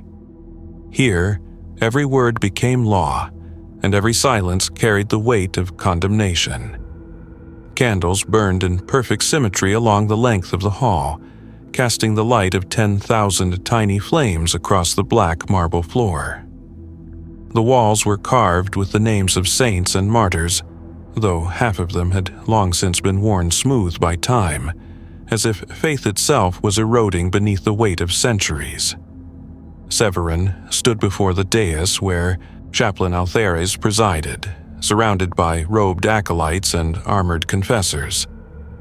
The air was thick with incense, its sweet smoke rising in slow curls that seemed to choke the light itself. Around him, the gathered officers of the chapter, captains, apothecaries, librarians, stood in silence, their armor gleaming in the glow of sacred flame. They had summoned him here not as hero, but as witness. "The choir of the remembered," Altheres said, his voice carrying the slow thunder of ritual. A contagion of doubt spreading among our brothers. Unauthorized gatherings, unsanctioned litanies, a false gospel of memory and despair. Its echoes must be purged. A murmur rippled through the hall, not defiance, but discomfort. The words memory and despair hung in the air like twin accusations. Severin's jaw tightened. "They sang for solace," he said.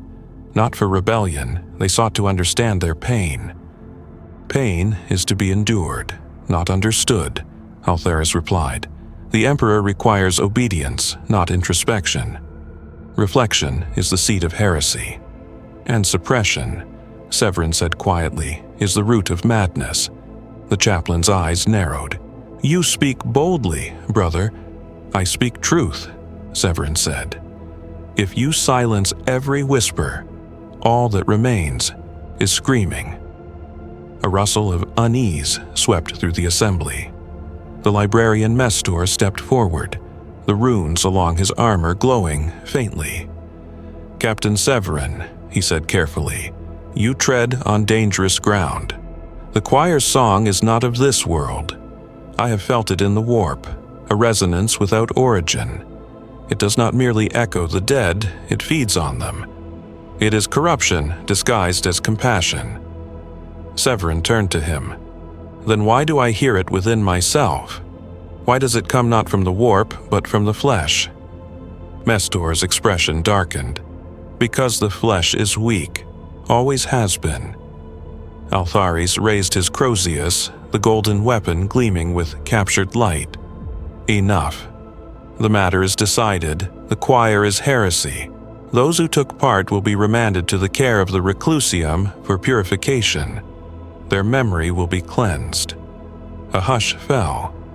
Even the servitors seemed to falter in their motions. Severin took a step forward. "And what of their song?" he asked. "What of the grief that birthed it? Will you erase that too?" "The Emperor's will is not to be questioned," Althares said. "Then perhaps," Severin said softly, "it is not his will we follow anymore." The words dropped into the silence like a bolt shell. The hall trembled. Even the candles seemed to flicker, their flames bending toward him as though drawn by gravity. "Blasphemy," someone whispered. Althares' voice rose, heavy with fury. "You forget yourself, Severin. We are the Emperor's chosen, his wrath, his voice, his hands. Without him, we are nothing." Severin's gaze was steady. "Then what does that make us if he no longer speaks?" The chaplain stepped down from the dais, the Crozius humming with restrained power. "You have lost your faith." "No," Severin said. "I have remembered it."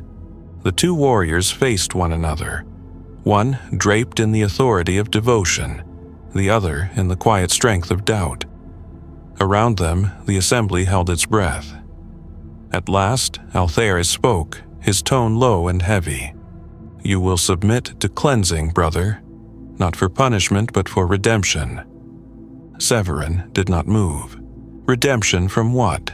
From memory? From grief? From being human?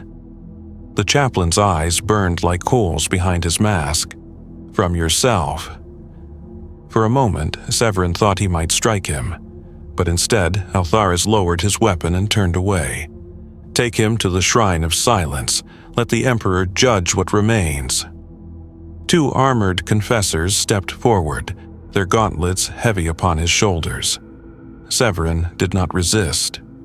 As they led him away through the vaulted doors, he looked back once, at the sea of faces, each one hidden behind a mask of duty, each one pretending not to hear the faint hum that filled the air again.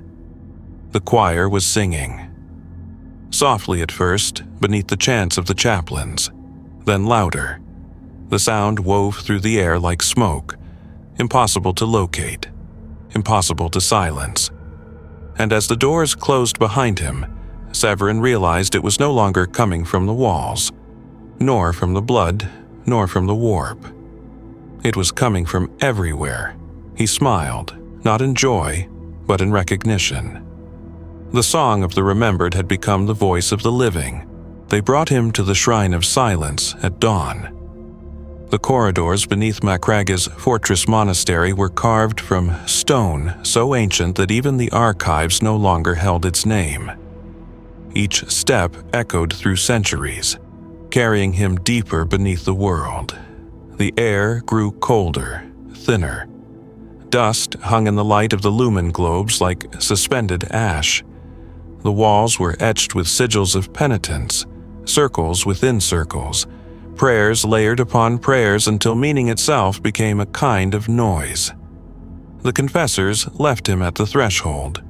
The door sealed behind him with the slow weight of inevitability. Inside, the chamber was vast, circular, its floor a mosaic of gold and obsidian depicting the Emperor enthroned upon his golden seat, one hand raised in eternal benediction. The image was perfect, radiant, and lifeless. No sound, no wind, no movement. Even the air seemed still, trapped between breaths. This was where the chapter sent those whose faith had fractured, but whose usefulness could not yet be discarded. Here, they were meant to contemplate in isolation until the Emperor judged their souls worthy of return, or erasure. Some left the chamber purged of doubt, hollow but obedient. Others never left at all. Severin stepped into the center of the mosaic and knelt. The cold of the stone bit through his armor, grounding him. He closed his eyes and listened to the silence. At first, it was absolute. Then, slowly, he began to hear it. The faint hum beneath perception, the same sound that had haunted him for months.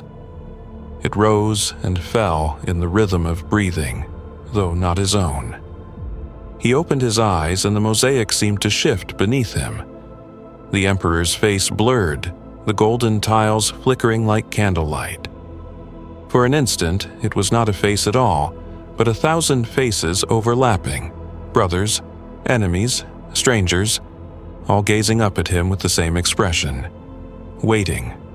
He spoke aloud, though his voice sounded distant in his own ears. "You made us in your image, but whose reflection are you?" The question dissolved into the stillness, yet the hum deepened. It became vibration, felt more than heard. His armor's sensors flickered with interference, the data slate on his vambrace scrolling through fragments of static.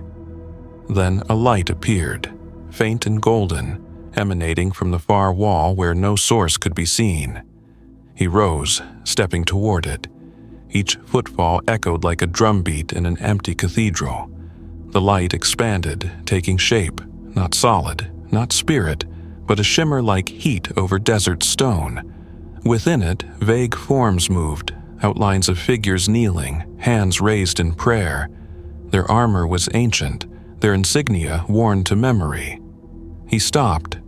It was the choir, not of the living, but of the dead. Their voices filled the chamber, not as sound but as presence. He could feel them inside him, the resonance of the gene seed, the vibration of memory within flesh.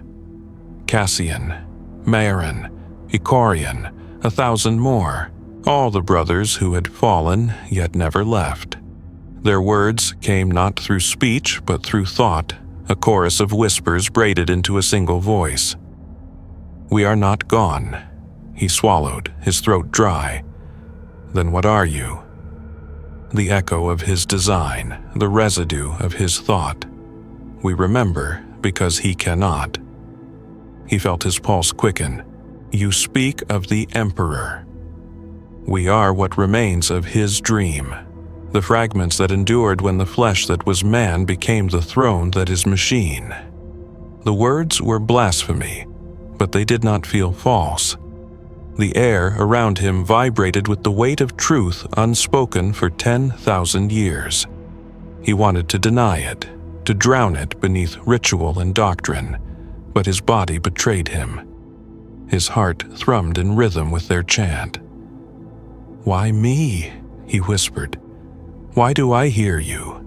Because you remember, because you bleed." He took another step closer to the light, his gauntlet outstretched. The air burned cold around his hand, the shimmer bending like glass. Within it, he saw flashes, visions that were not memory but inheritance. The Emperor upon his throne, eyes closed, mouth open in a silent scream. The custodians standing in their vigil, faces hidden, unmoving. The Astronomicon burning through the void like a star that refuses to die, and through it all, the same pulse, the heartbeat of something vast and weary. "You said he cannot remember," Severin murmured. "Then what does he see?" The voices rippled, like a tide pulling backward before a storm. "He sees nothing, he endures, and we dream for him, we die for him. We sing so that the universe does not forget his voice." Severin fell to one knee, the weight of their words pressing him down. His lungs ached, the air thick with incense that was no longer there. He could feel his gene seed thrumming in his chest, as if trying to escape. Every scar, every graft, every augmentation pulsed with the same rhythm. He was not alone in this body, he never had been. The light flickered, and for an instant he saw one face clearly, Cassian's.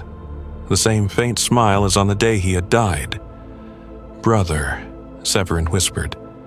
Cassian's voice was soft, sorrowful. "We are pieces of a god who forgot himself. Each death, a memory returning to the whole. Then what am I?" "You are a question the Emperor no longer asks." The light dimmed, the forms dissolving like dust in a rising wind. The hum receded until only silence remained. Severin knelt there for a long time, trembling. The revelation should have broken him, but instead it felt like release. The truth was not despair, it was understanding. He looked up at the mosaic once more. The Emperor's face had returned to its perfect stillness. But now, beneath the veneer of divinity, Severin saw it differently. It was not a god's face. It was the face of a man in endless pain. He whispered, "If this is what you have become, then let us share your burden." The chamber remained silent, but somewhere deep beneath the fortress, beyond stone and time, he thought he heard the faintest echo in reply, a sigh or perhaps a heartbeat. He bowed his head. "Then I will remember for you." And as the words left his lips, the candles flared to life all at once, as if in answer. When the doors of the Shrine of Silence finally opened, Severin no longer knew how much time had passed. The candles had burned down to rivers of wax. Dust lay thick upon his armor. He rose unsteadily, joints stiff, senses raw. The air outside the chamber felt different, lighter but strange, as if the world had exhaled in his absence. Two initiates waited beyond the threshold, their expressions impassive behind their helms. "Captain," one said, bowing his head, "the chaplain requests your presence." "Where?" "The Hall of Echoes." The name struck him with quiet irony. He followed without question, his footsteps slow, deliberate. The corridors were nearly empty. Even the servitors moved in hushed rhythm, as though unwilling to disturb the air.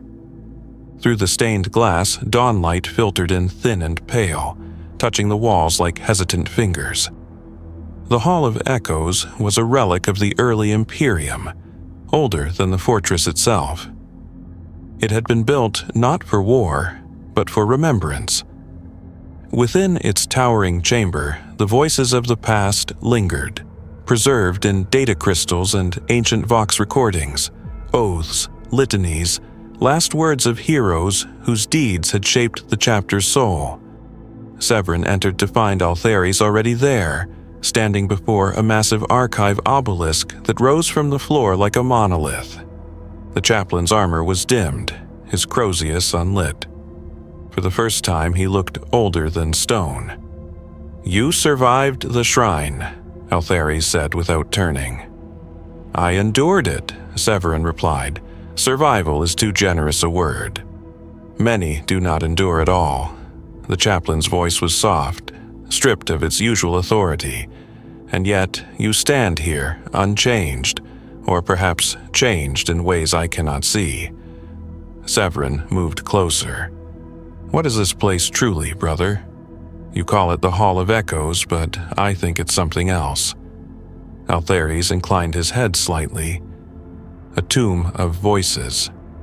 The librarians call it the memory of the chapter.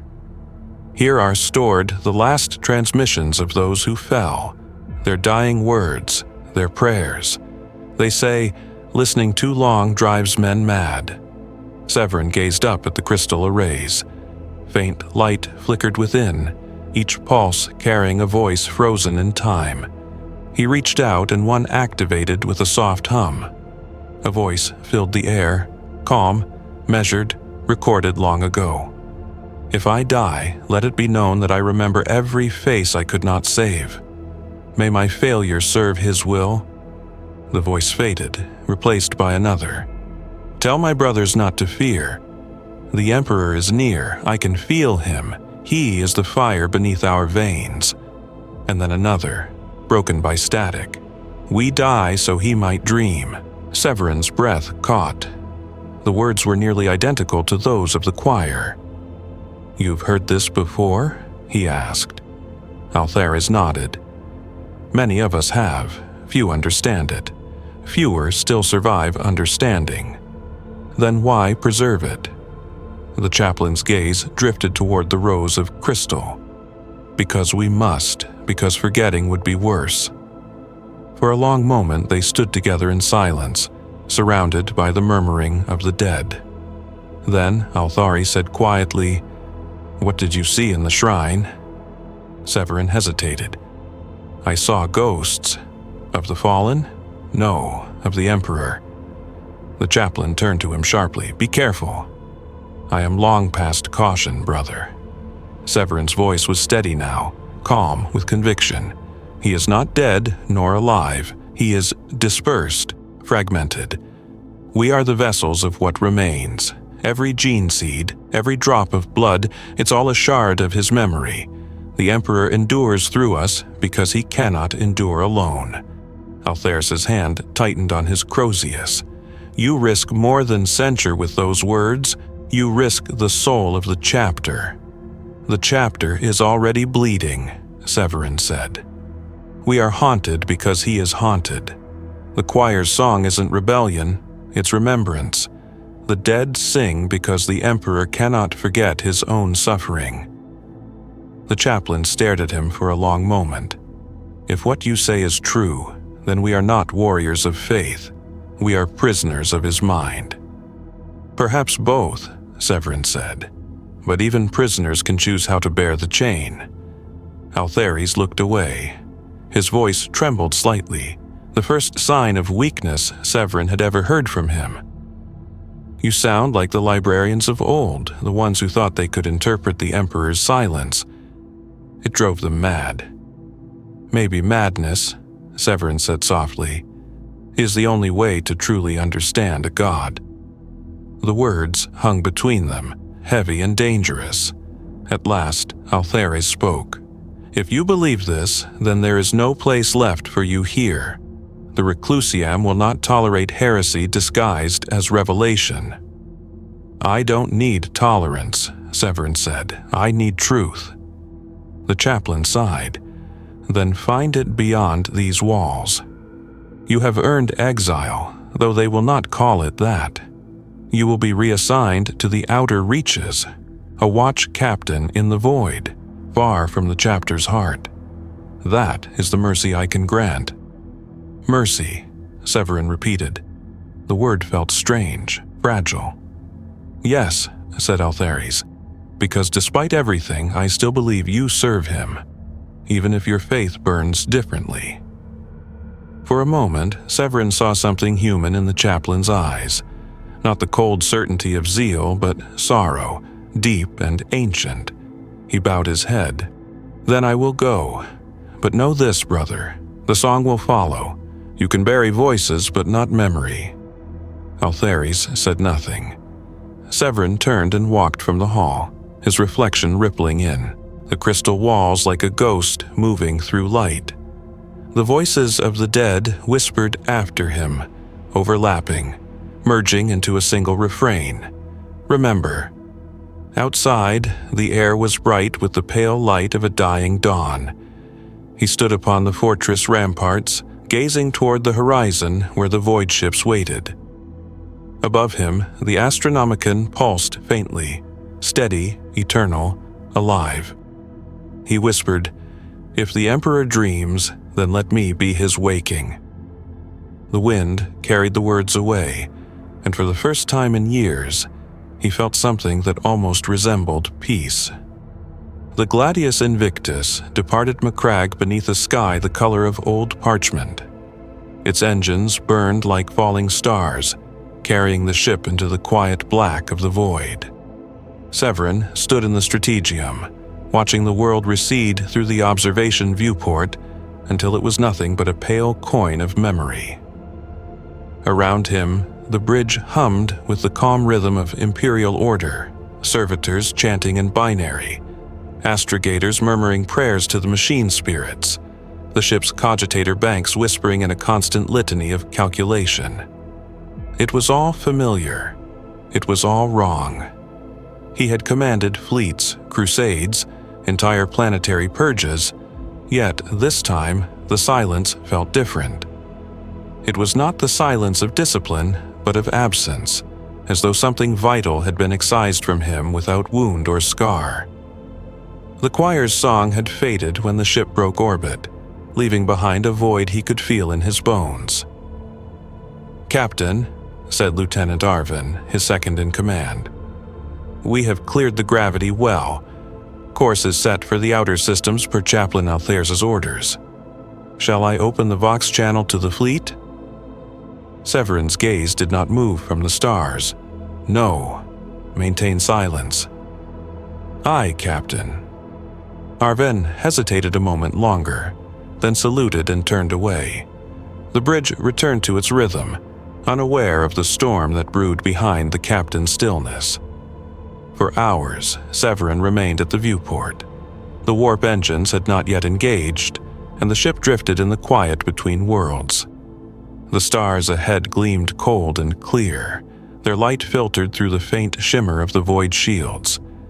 He watched them as one might watch a field of gravestones. In that stillness, he remembered the vision in the shrine, the 1,000 faces of the Emperor, the hum beneath existence.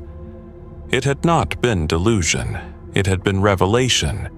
He could still feel its residue within him, a subtle pulse behind his heartbeat, a quiet voice beneath every breath. It was not gone, it was waiting.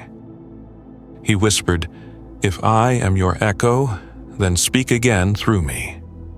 The ship did not answer, but the lights along the bridge flickered once, faint and deliberate. That night, if such a term held meaning in the endless dark, he dreamed, though Astartes do not dream as men do. His rest cycles were shallow and regimented, purged of unconscious chaos by decades of conditioning. Yet this was something else, entirely.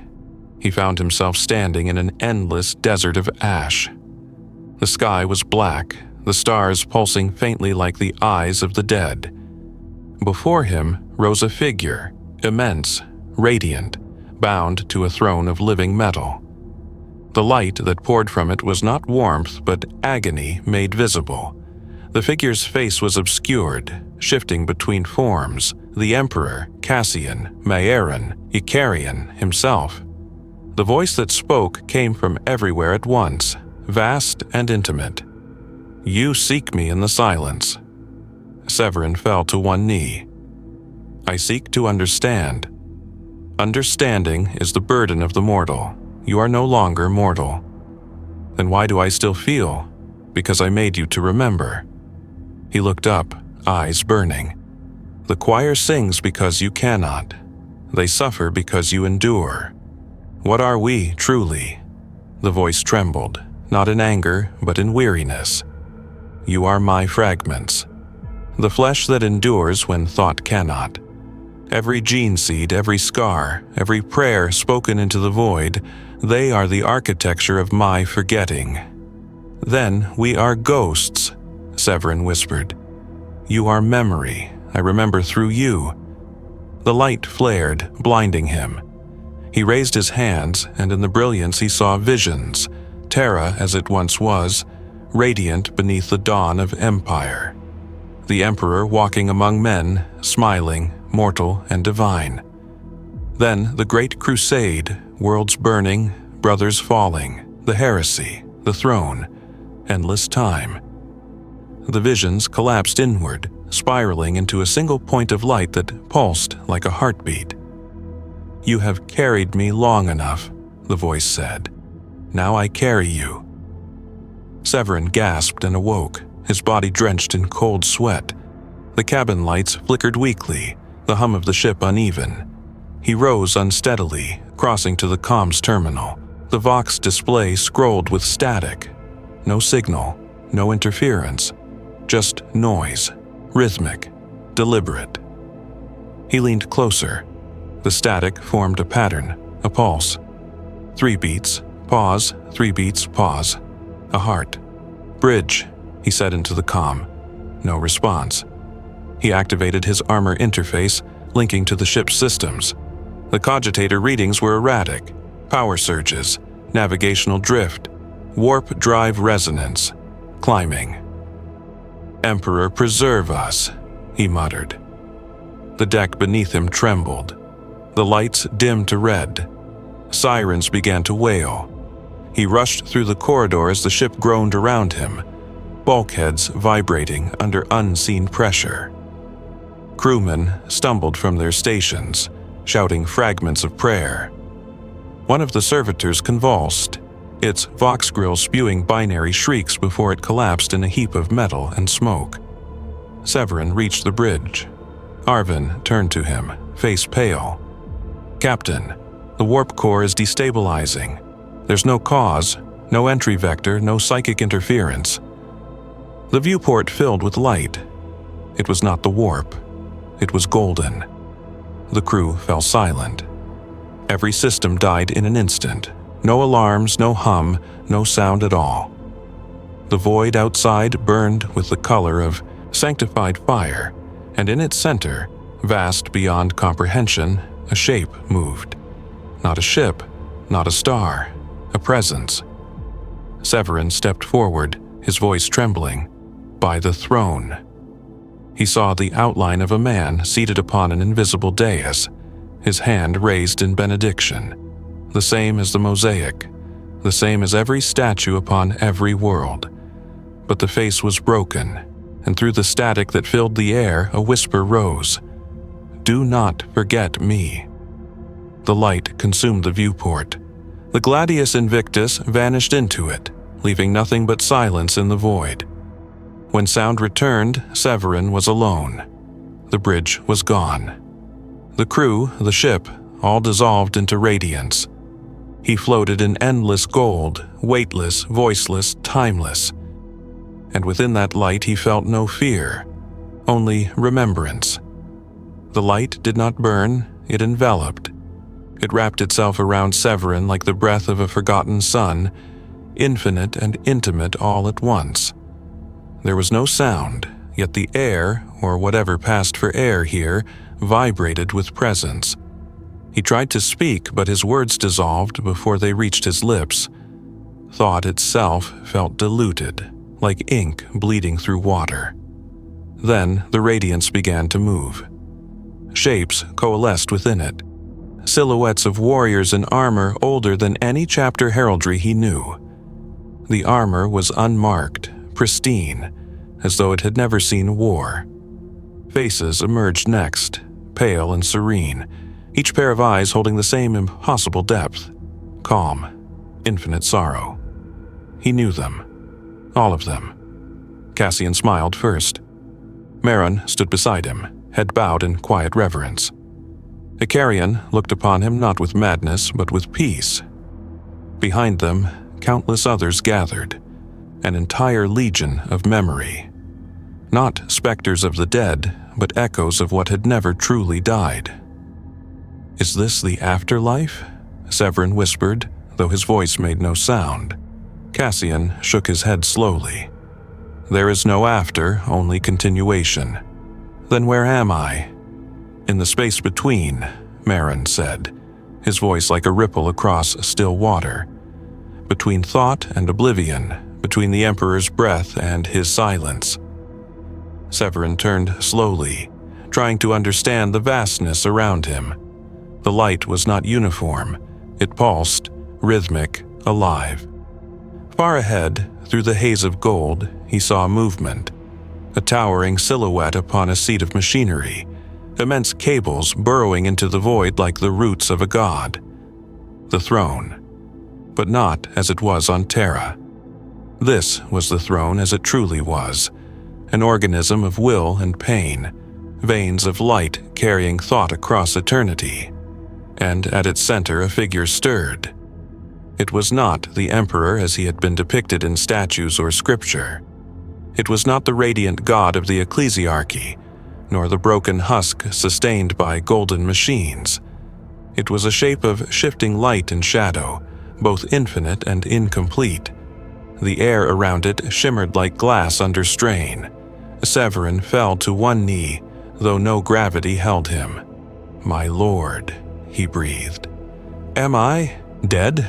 The figure's voice was not heard, but felt, an echo through every nerve, every atom. No, you are remembering. He bowed his head. What am I remembering? The truth that cannot be spoken. The truth I buried in you. Severin raised his gaze. You? Buried yourself in us? The light pulsed brighter.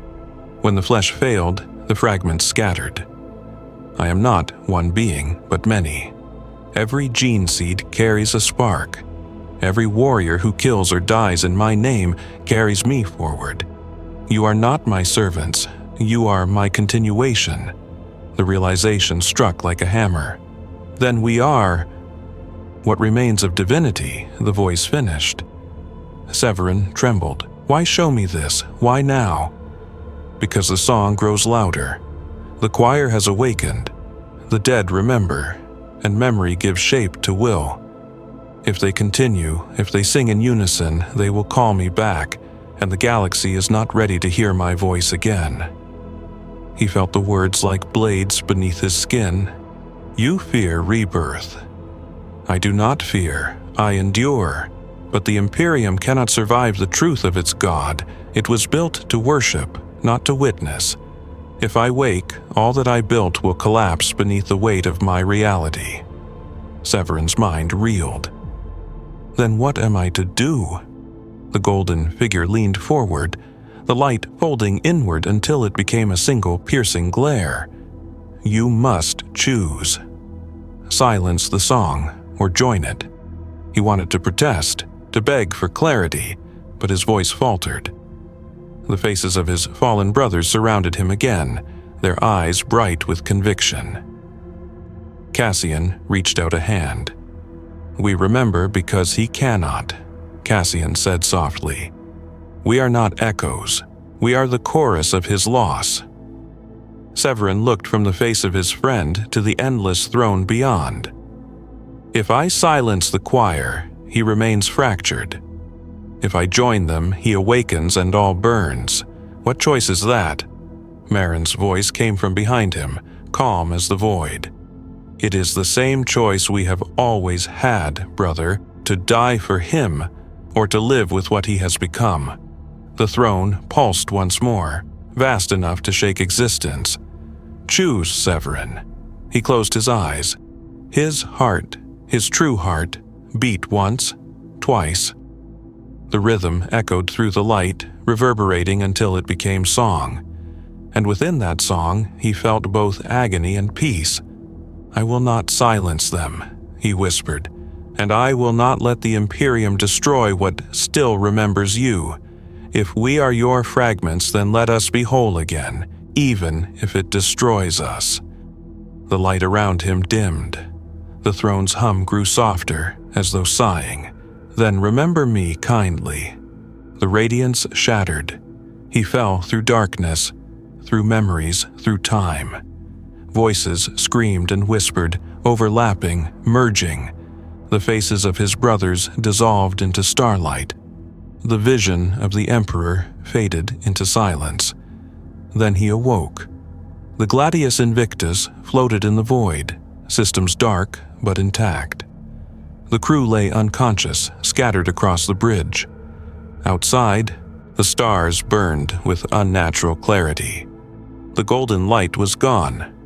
Severin stood, unsteady, armor scorched but whole. The hum of the ship returned slowly, hesitant. When he reached the viewport, he saw the Astronomicon flaring brighter than ever before, a wound of light tearing through the night. And from somewhere deep within his chest, beneath the layers of gene seed and steel, came a sound. Not a heartbeat, a hymn. It was soft, wordless, and impossibly vast. The choir had awakened. And this time, the Emperor was listening. The Gladius Invictus drifted through the void like a relic set adrift in eternity. Its engines were silent, its shields dormant, yet it did not die. In the stillness of the bridge, beneath the glow of dying lumen strips, Captain Severin stood alone. staring into a universe that no longer looked the same. The stars seemed closer now, not in distance but in intimacy. They pulsed like eyes, ancient and knowing. He could feel the choir within him. Not distant now, not whispers from some hidden corner of the soul, but a constant presence. Each heartbeat was a chord, each breath a verse. The song moved through him like blood, harmonizing with something greater than flesh. It was not madness. It was revelation, pure and heavy as gravity. All around him, the crew slowly stirred. One by one, the officers of the Gladius rose from unconsciousness, dazed but unharmed. The air shimmered faintly as if reality itself was recovering from a wound. When Lieutenant Arvin finally regained his feet, he looked to Severin with wide, unsteady eyes. "Captain, we thought—" He hesitated, scanning the readouts that flickered erratically across the consoles. "We thought we were gone." "You were," Severin said softly. "And now, you are not." The younger officer frowned. "Sir? Tell me, Arvin," Severin said, his tone calm but strange. "Do you hear it?" The lieutenant froze. "Hear what?" Severin stepped closer. The hum beneath the silence, the heartbeat beneath the hull. Arvin swallowed, uncertain. "The ship's reactors are offline, Captain. There's no—" Then he stopped. His expression changed. The blood drained from his face. "You hear it now," Severin murmured. Through the deck, through the walls, through the very air, came a sound, faint but undeniable. A deep, resonant thrum. It pulsed in time with the ship's power conduits, but there was no mechanical source. It was alive. The Vox network crackled, voices bleeding through in fragments. "What is that noise?" "Feels like it's inside my head. By the throne. It's beautiful." Severin turned toward the viewport. The Astronomicon flared again in the distance, burning brighter than it ever had in recorded history. The light of Terra reached across the void like a living flame, vast enough to pierce the warp itself. For a moment, he thought he could see shapes moving within it, not ships, not storms, but outlines of figures kneeling in radiant silhouette. The choir. They were no longer confined to the dead, nor to the walls of Macraga. Their song had crossed the veil. It was no longer memory, it was movement. Severin whispered, "He is remembering."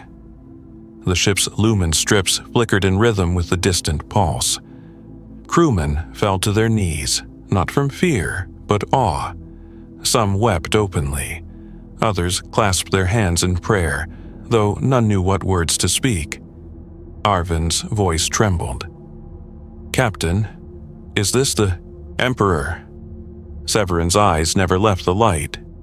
"No, this is what he forgot." The hum deepened, reverberating through every surface. The cogitator banks burst into streams of code, symbols flickering too fast for the human eye.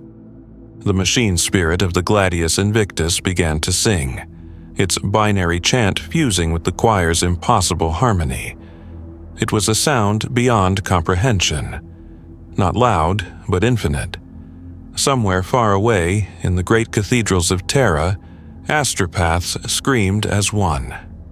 Across the Imperium, the Astronomicon's beacon shifted frequency, vibrating at a tone unknown to any order or choir. Ships lost in the warp glimpsed golden light and voices calling their names. Servitors short-circuited mid-prayer. Machine spirits awoke without command. And through it all, Severin stood motionless, head bowed, every part of him trembling under the weight of revelation. The Emperor had not spoken, but the silence was gone. The song rose until it filled the void entirely. Then, stillness. The light outside dimmed. The Astronomicon returned to its steady radiance. The crew of the Gladius Invictus slumped where they stood, exhausted but alive. Only Severin remained unmoved, his eyes reflecting the last flicker of gold that lingered beyond the viewport. "Status?" he asked. Arvin, shaking, checked the console. "Reactor stable, systems nominal, but, Captain..." "Yes?"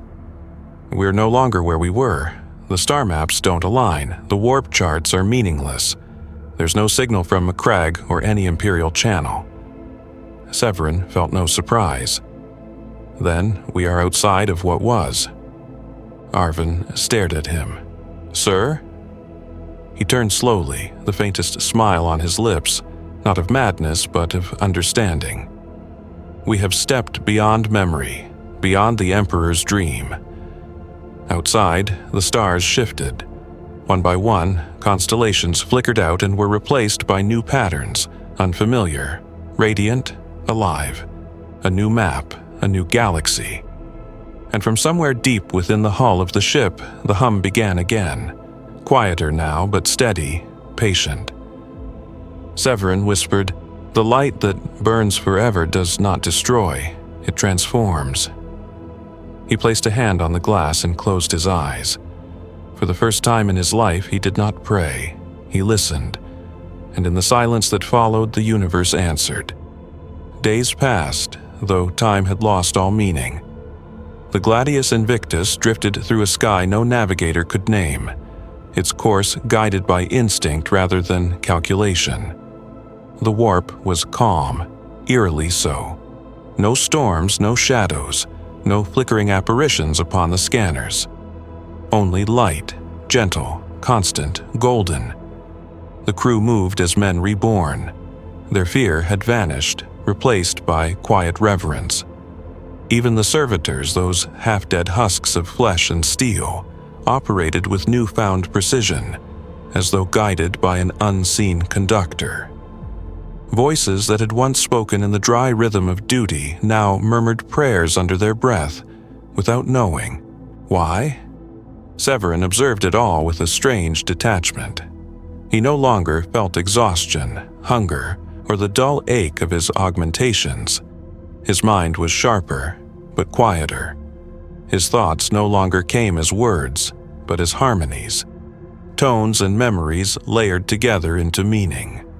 When he closed his eyes, he could still hear the choir, distant, fading, but always there. He had begun to understand. On the fourth day, Arvin approached him on the command deck, his face pale but calm. "Captain," he said, "there's something on the Auspex, ahead of us. It's large." Severin turned toward the hololith display. The projection flickered to life, a vast, slow-moving shape adrift among the stars. It was not a ship nor a station, but something else entirely. Its silhouette resembled a cathedral built for titans, spires of obsidian rising from a central mass that glowed faintly with internal fire. "Range?" Severin asked. 70,000 clicks and closing. No power signature we can identify. It's not transmitting on any frequency. Severin stared at the display, and his pulse began to quicken. Magnify. The image expanded, and for a moment the bridge fell silent. The structure's outer hull bore the unmistakable symbol of the Imperial Aquila, half erased by time. Beneath it, written in High Gothic script older than any living tongue, were words worn to ruin. Yet Severin recognized them instantly. Lux Eterna. "The eternal light," he whispered. Arvin turned toward him. "You know it?" "I've heard the name in Forbidden Archives, a myth among the fleet, an ark construct built during the Great Crusade, meant to carry the last voices of humanity if Terra ever fell. They said it was lost before the heresy. And now it's here." Severin nodded. "No, Arvin, now we're here." He ordered the Gladius Invictus closer. The ship's thrusters fired with soft precision, carrying them toward the drifting monolith. As they neared, details emerged. Statues carved into the hull, each depicting a warrior raising a torch toward the stars. Some were broken, others whole, and at the center of the structure an immense aperture pulsed with faint light, like the dying heartbeat of a god. "Docking bay ahead," Arvin said quietly. "It's open." "Then we are invited," Severin murmured. They entered. The docking bay was vast enough to swallow a battle barge. Its walls were lined with colossal reliefs, depictions of humanity's ascension beneath the Emperor's banner. Yet something about them was wrong. The faces were too lifelike, the eyes too knowing. They seemed to follow as the boarding party disembarked. The air was breathable but thick, tinged with the scent of burned incense and rust. Silence reigned, broken only by the faint hum that had never truly left them. "Power readings?" Severin asked. Arvin checked his scanner. Minimal, but steady, like it's been dormant, waiting. They advanced down the corridor, their armor lamps cutting through the haze. The architecture was imperial, but older, less refined. Runes of devotion were etched along every surface, interwoven with circuitry that pulsed faintly beneath the dust. They reached a vast chamber, a cathedral at the heart of the Ark. Its ceiling vanished into darkness, and from the walls hung banners so ancient their cloth had fused with the stone. At the center stood a single throne wrought of gold and bone, cables descending into the floor like roots. Upon it sat a figure in full armor, its surface dull and pitted with age. Severin approached slowly. The warrior was long dead. His armor bore the sigil of the Legio Custodes, though twisted and unfamiliar, as though remade for something beyond human comprehension. In his gauntlet he held a shattered sword, its edge still glowing faintly with stored energy. At his feet lay an open data slate. Severin knelt and brushed the dust away. The screen flickered to life with a hiss of static, displaying a single line of text. "He has not died. He has divided." The words burned themselves into Severin's mind. He looked up at the corpse. No, not a corpse, for its eyes still glimmered faintly with golden light. Arvin's voice trembled. "Captain, are you seeing this?" Severin didn't answer. The hum within the ship, within the air, within his bones grew louder. The choir was here. Not distant, not spectral. Tangible. Present. The golden light from the throne deepened, flooding the chamber. The runes along the walls ignited in sequence, forming a spiral of fire and shadow. Severin staggered back, shielding his eyes. And then the voice came, not from the dead custodian, not from the choir, from everywhere. "You carry my echo." The floor shook, dust cascaded from the vaulted ceiling. The dead warrior's mouth opened slowly, impossibly. "You brought me here." Severin's voice broke. "What are you?" "What I was, what I will be. The light that burns forever." The golden illumination flared until it filled every corner of the Ark, seeping through the walls, into their armor, into their veins. The choir's song returned in full force, no longer distant but omnipresent, a symphony of grief and glory. Arvin fell to his knees, weeping openly. Others joined him, voices rising in wordless prayer. Severin remained standing, trembling beneath the unbearable beauty of it. He realized then what the choir had been leading him toward. Not revelation, but reunion. The Emperor was not waiting upon Terra. He was awakening in the hearts of his fragments. He whispered, "Then let the light remember itself." And as he spoke, the Ark responded. The Lux Eterna came alive. Engines that had slumbered for millennia roared to life. The void around them rippled as the vessel began to rise from its drift, its hull glowing with radiant gold. The choir's voices merged with the engine's hum, transforming into a single unified tone that stretched across the stars. Every Imperial ship within 100 systems turned toward the sound without knowing why. Every astropath woke, screaming the same word: return." Severin closed his eyes as the light swallowed everything once more. He felt no fear, no doubt, only the unbearable certainty that the Emperor was remembering himself through them. He was becoming whole. The light did not fade this time. It expanded, a rising tide of radiance that filled every corridor of the Lux Aeterna, every rivet, every data line, every memory of metal and bone. The Ark was not merely awakening, it was becoming. The walls pulsed like the interior of a living creature, each beat synchronized with Severin's own heart. And through it all, the choir sang. Not as many voices now, but as one. The sound was indescribable. It was grief and triumph woven together. The death cry of a dying age, the birth wail of something that had no name. The crew of the Gladius Invictus knelt where they stood, faces bathed in gold. Some whispered prayers through tears. Others simply stared in silence, unable to comprehend. Even Arvin, so precise and rational, now gazed upward like a child watching the stars for the first time.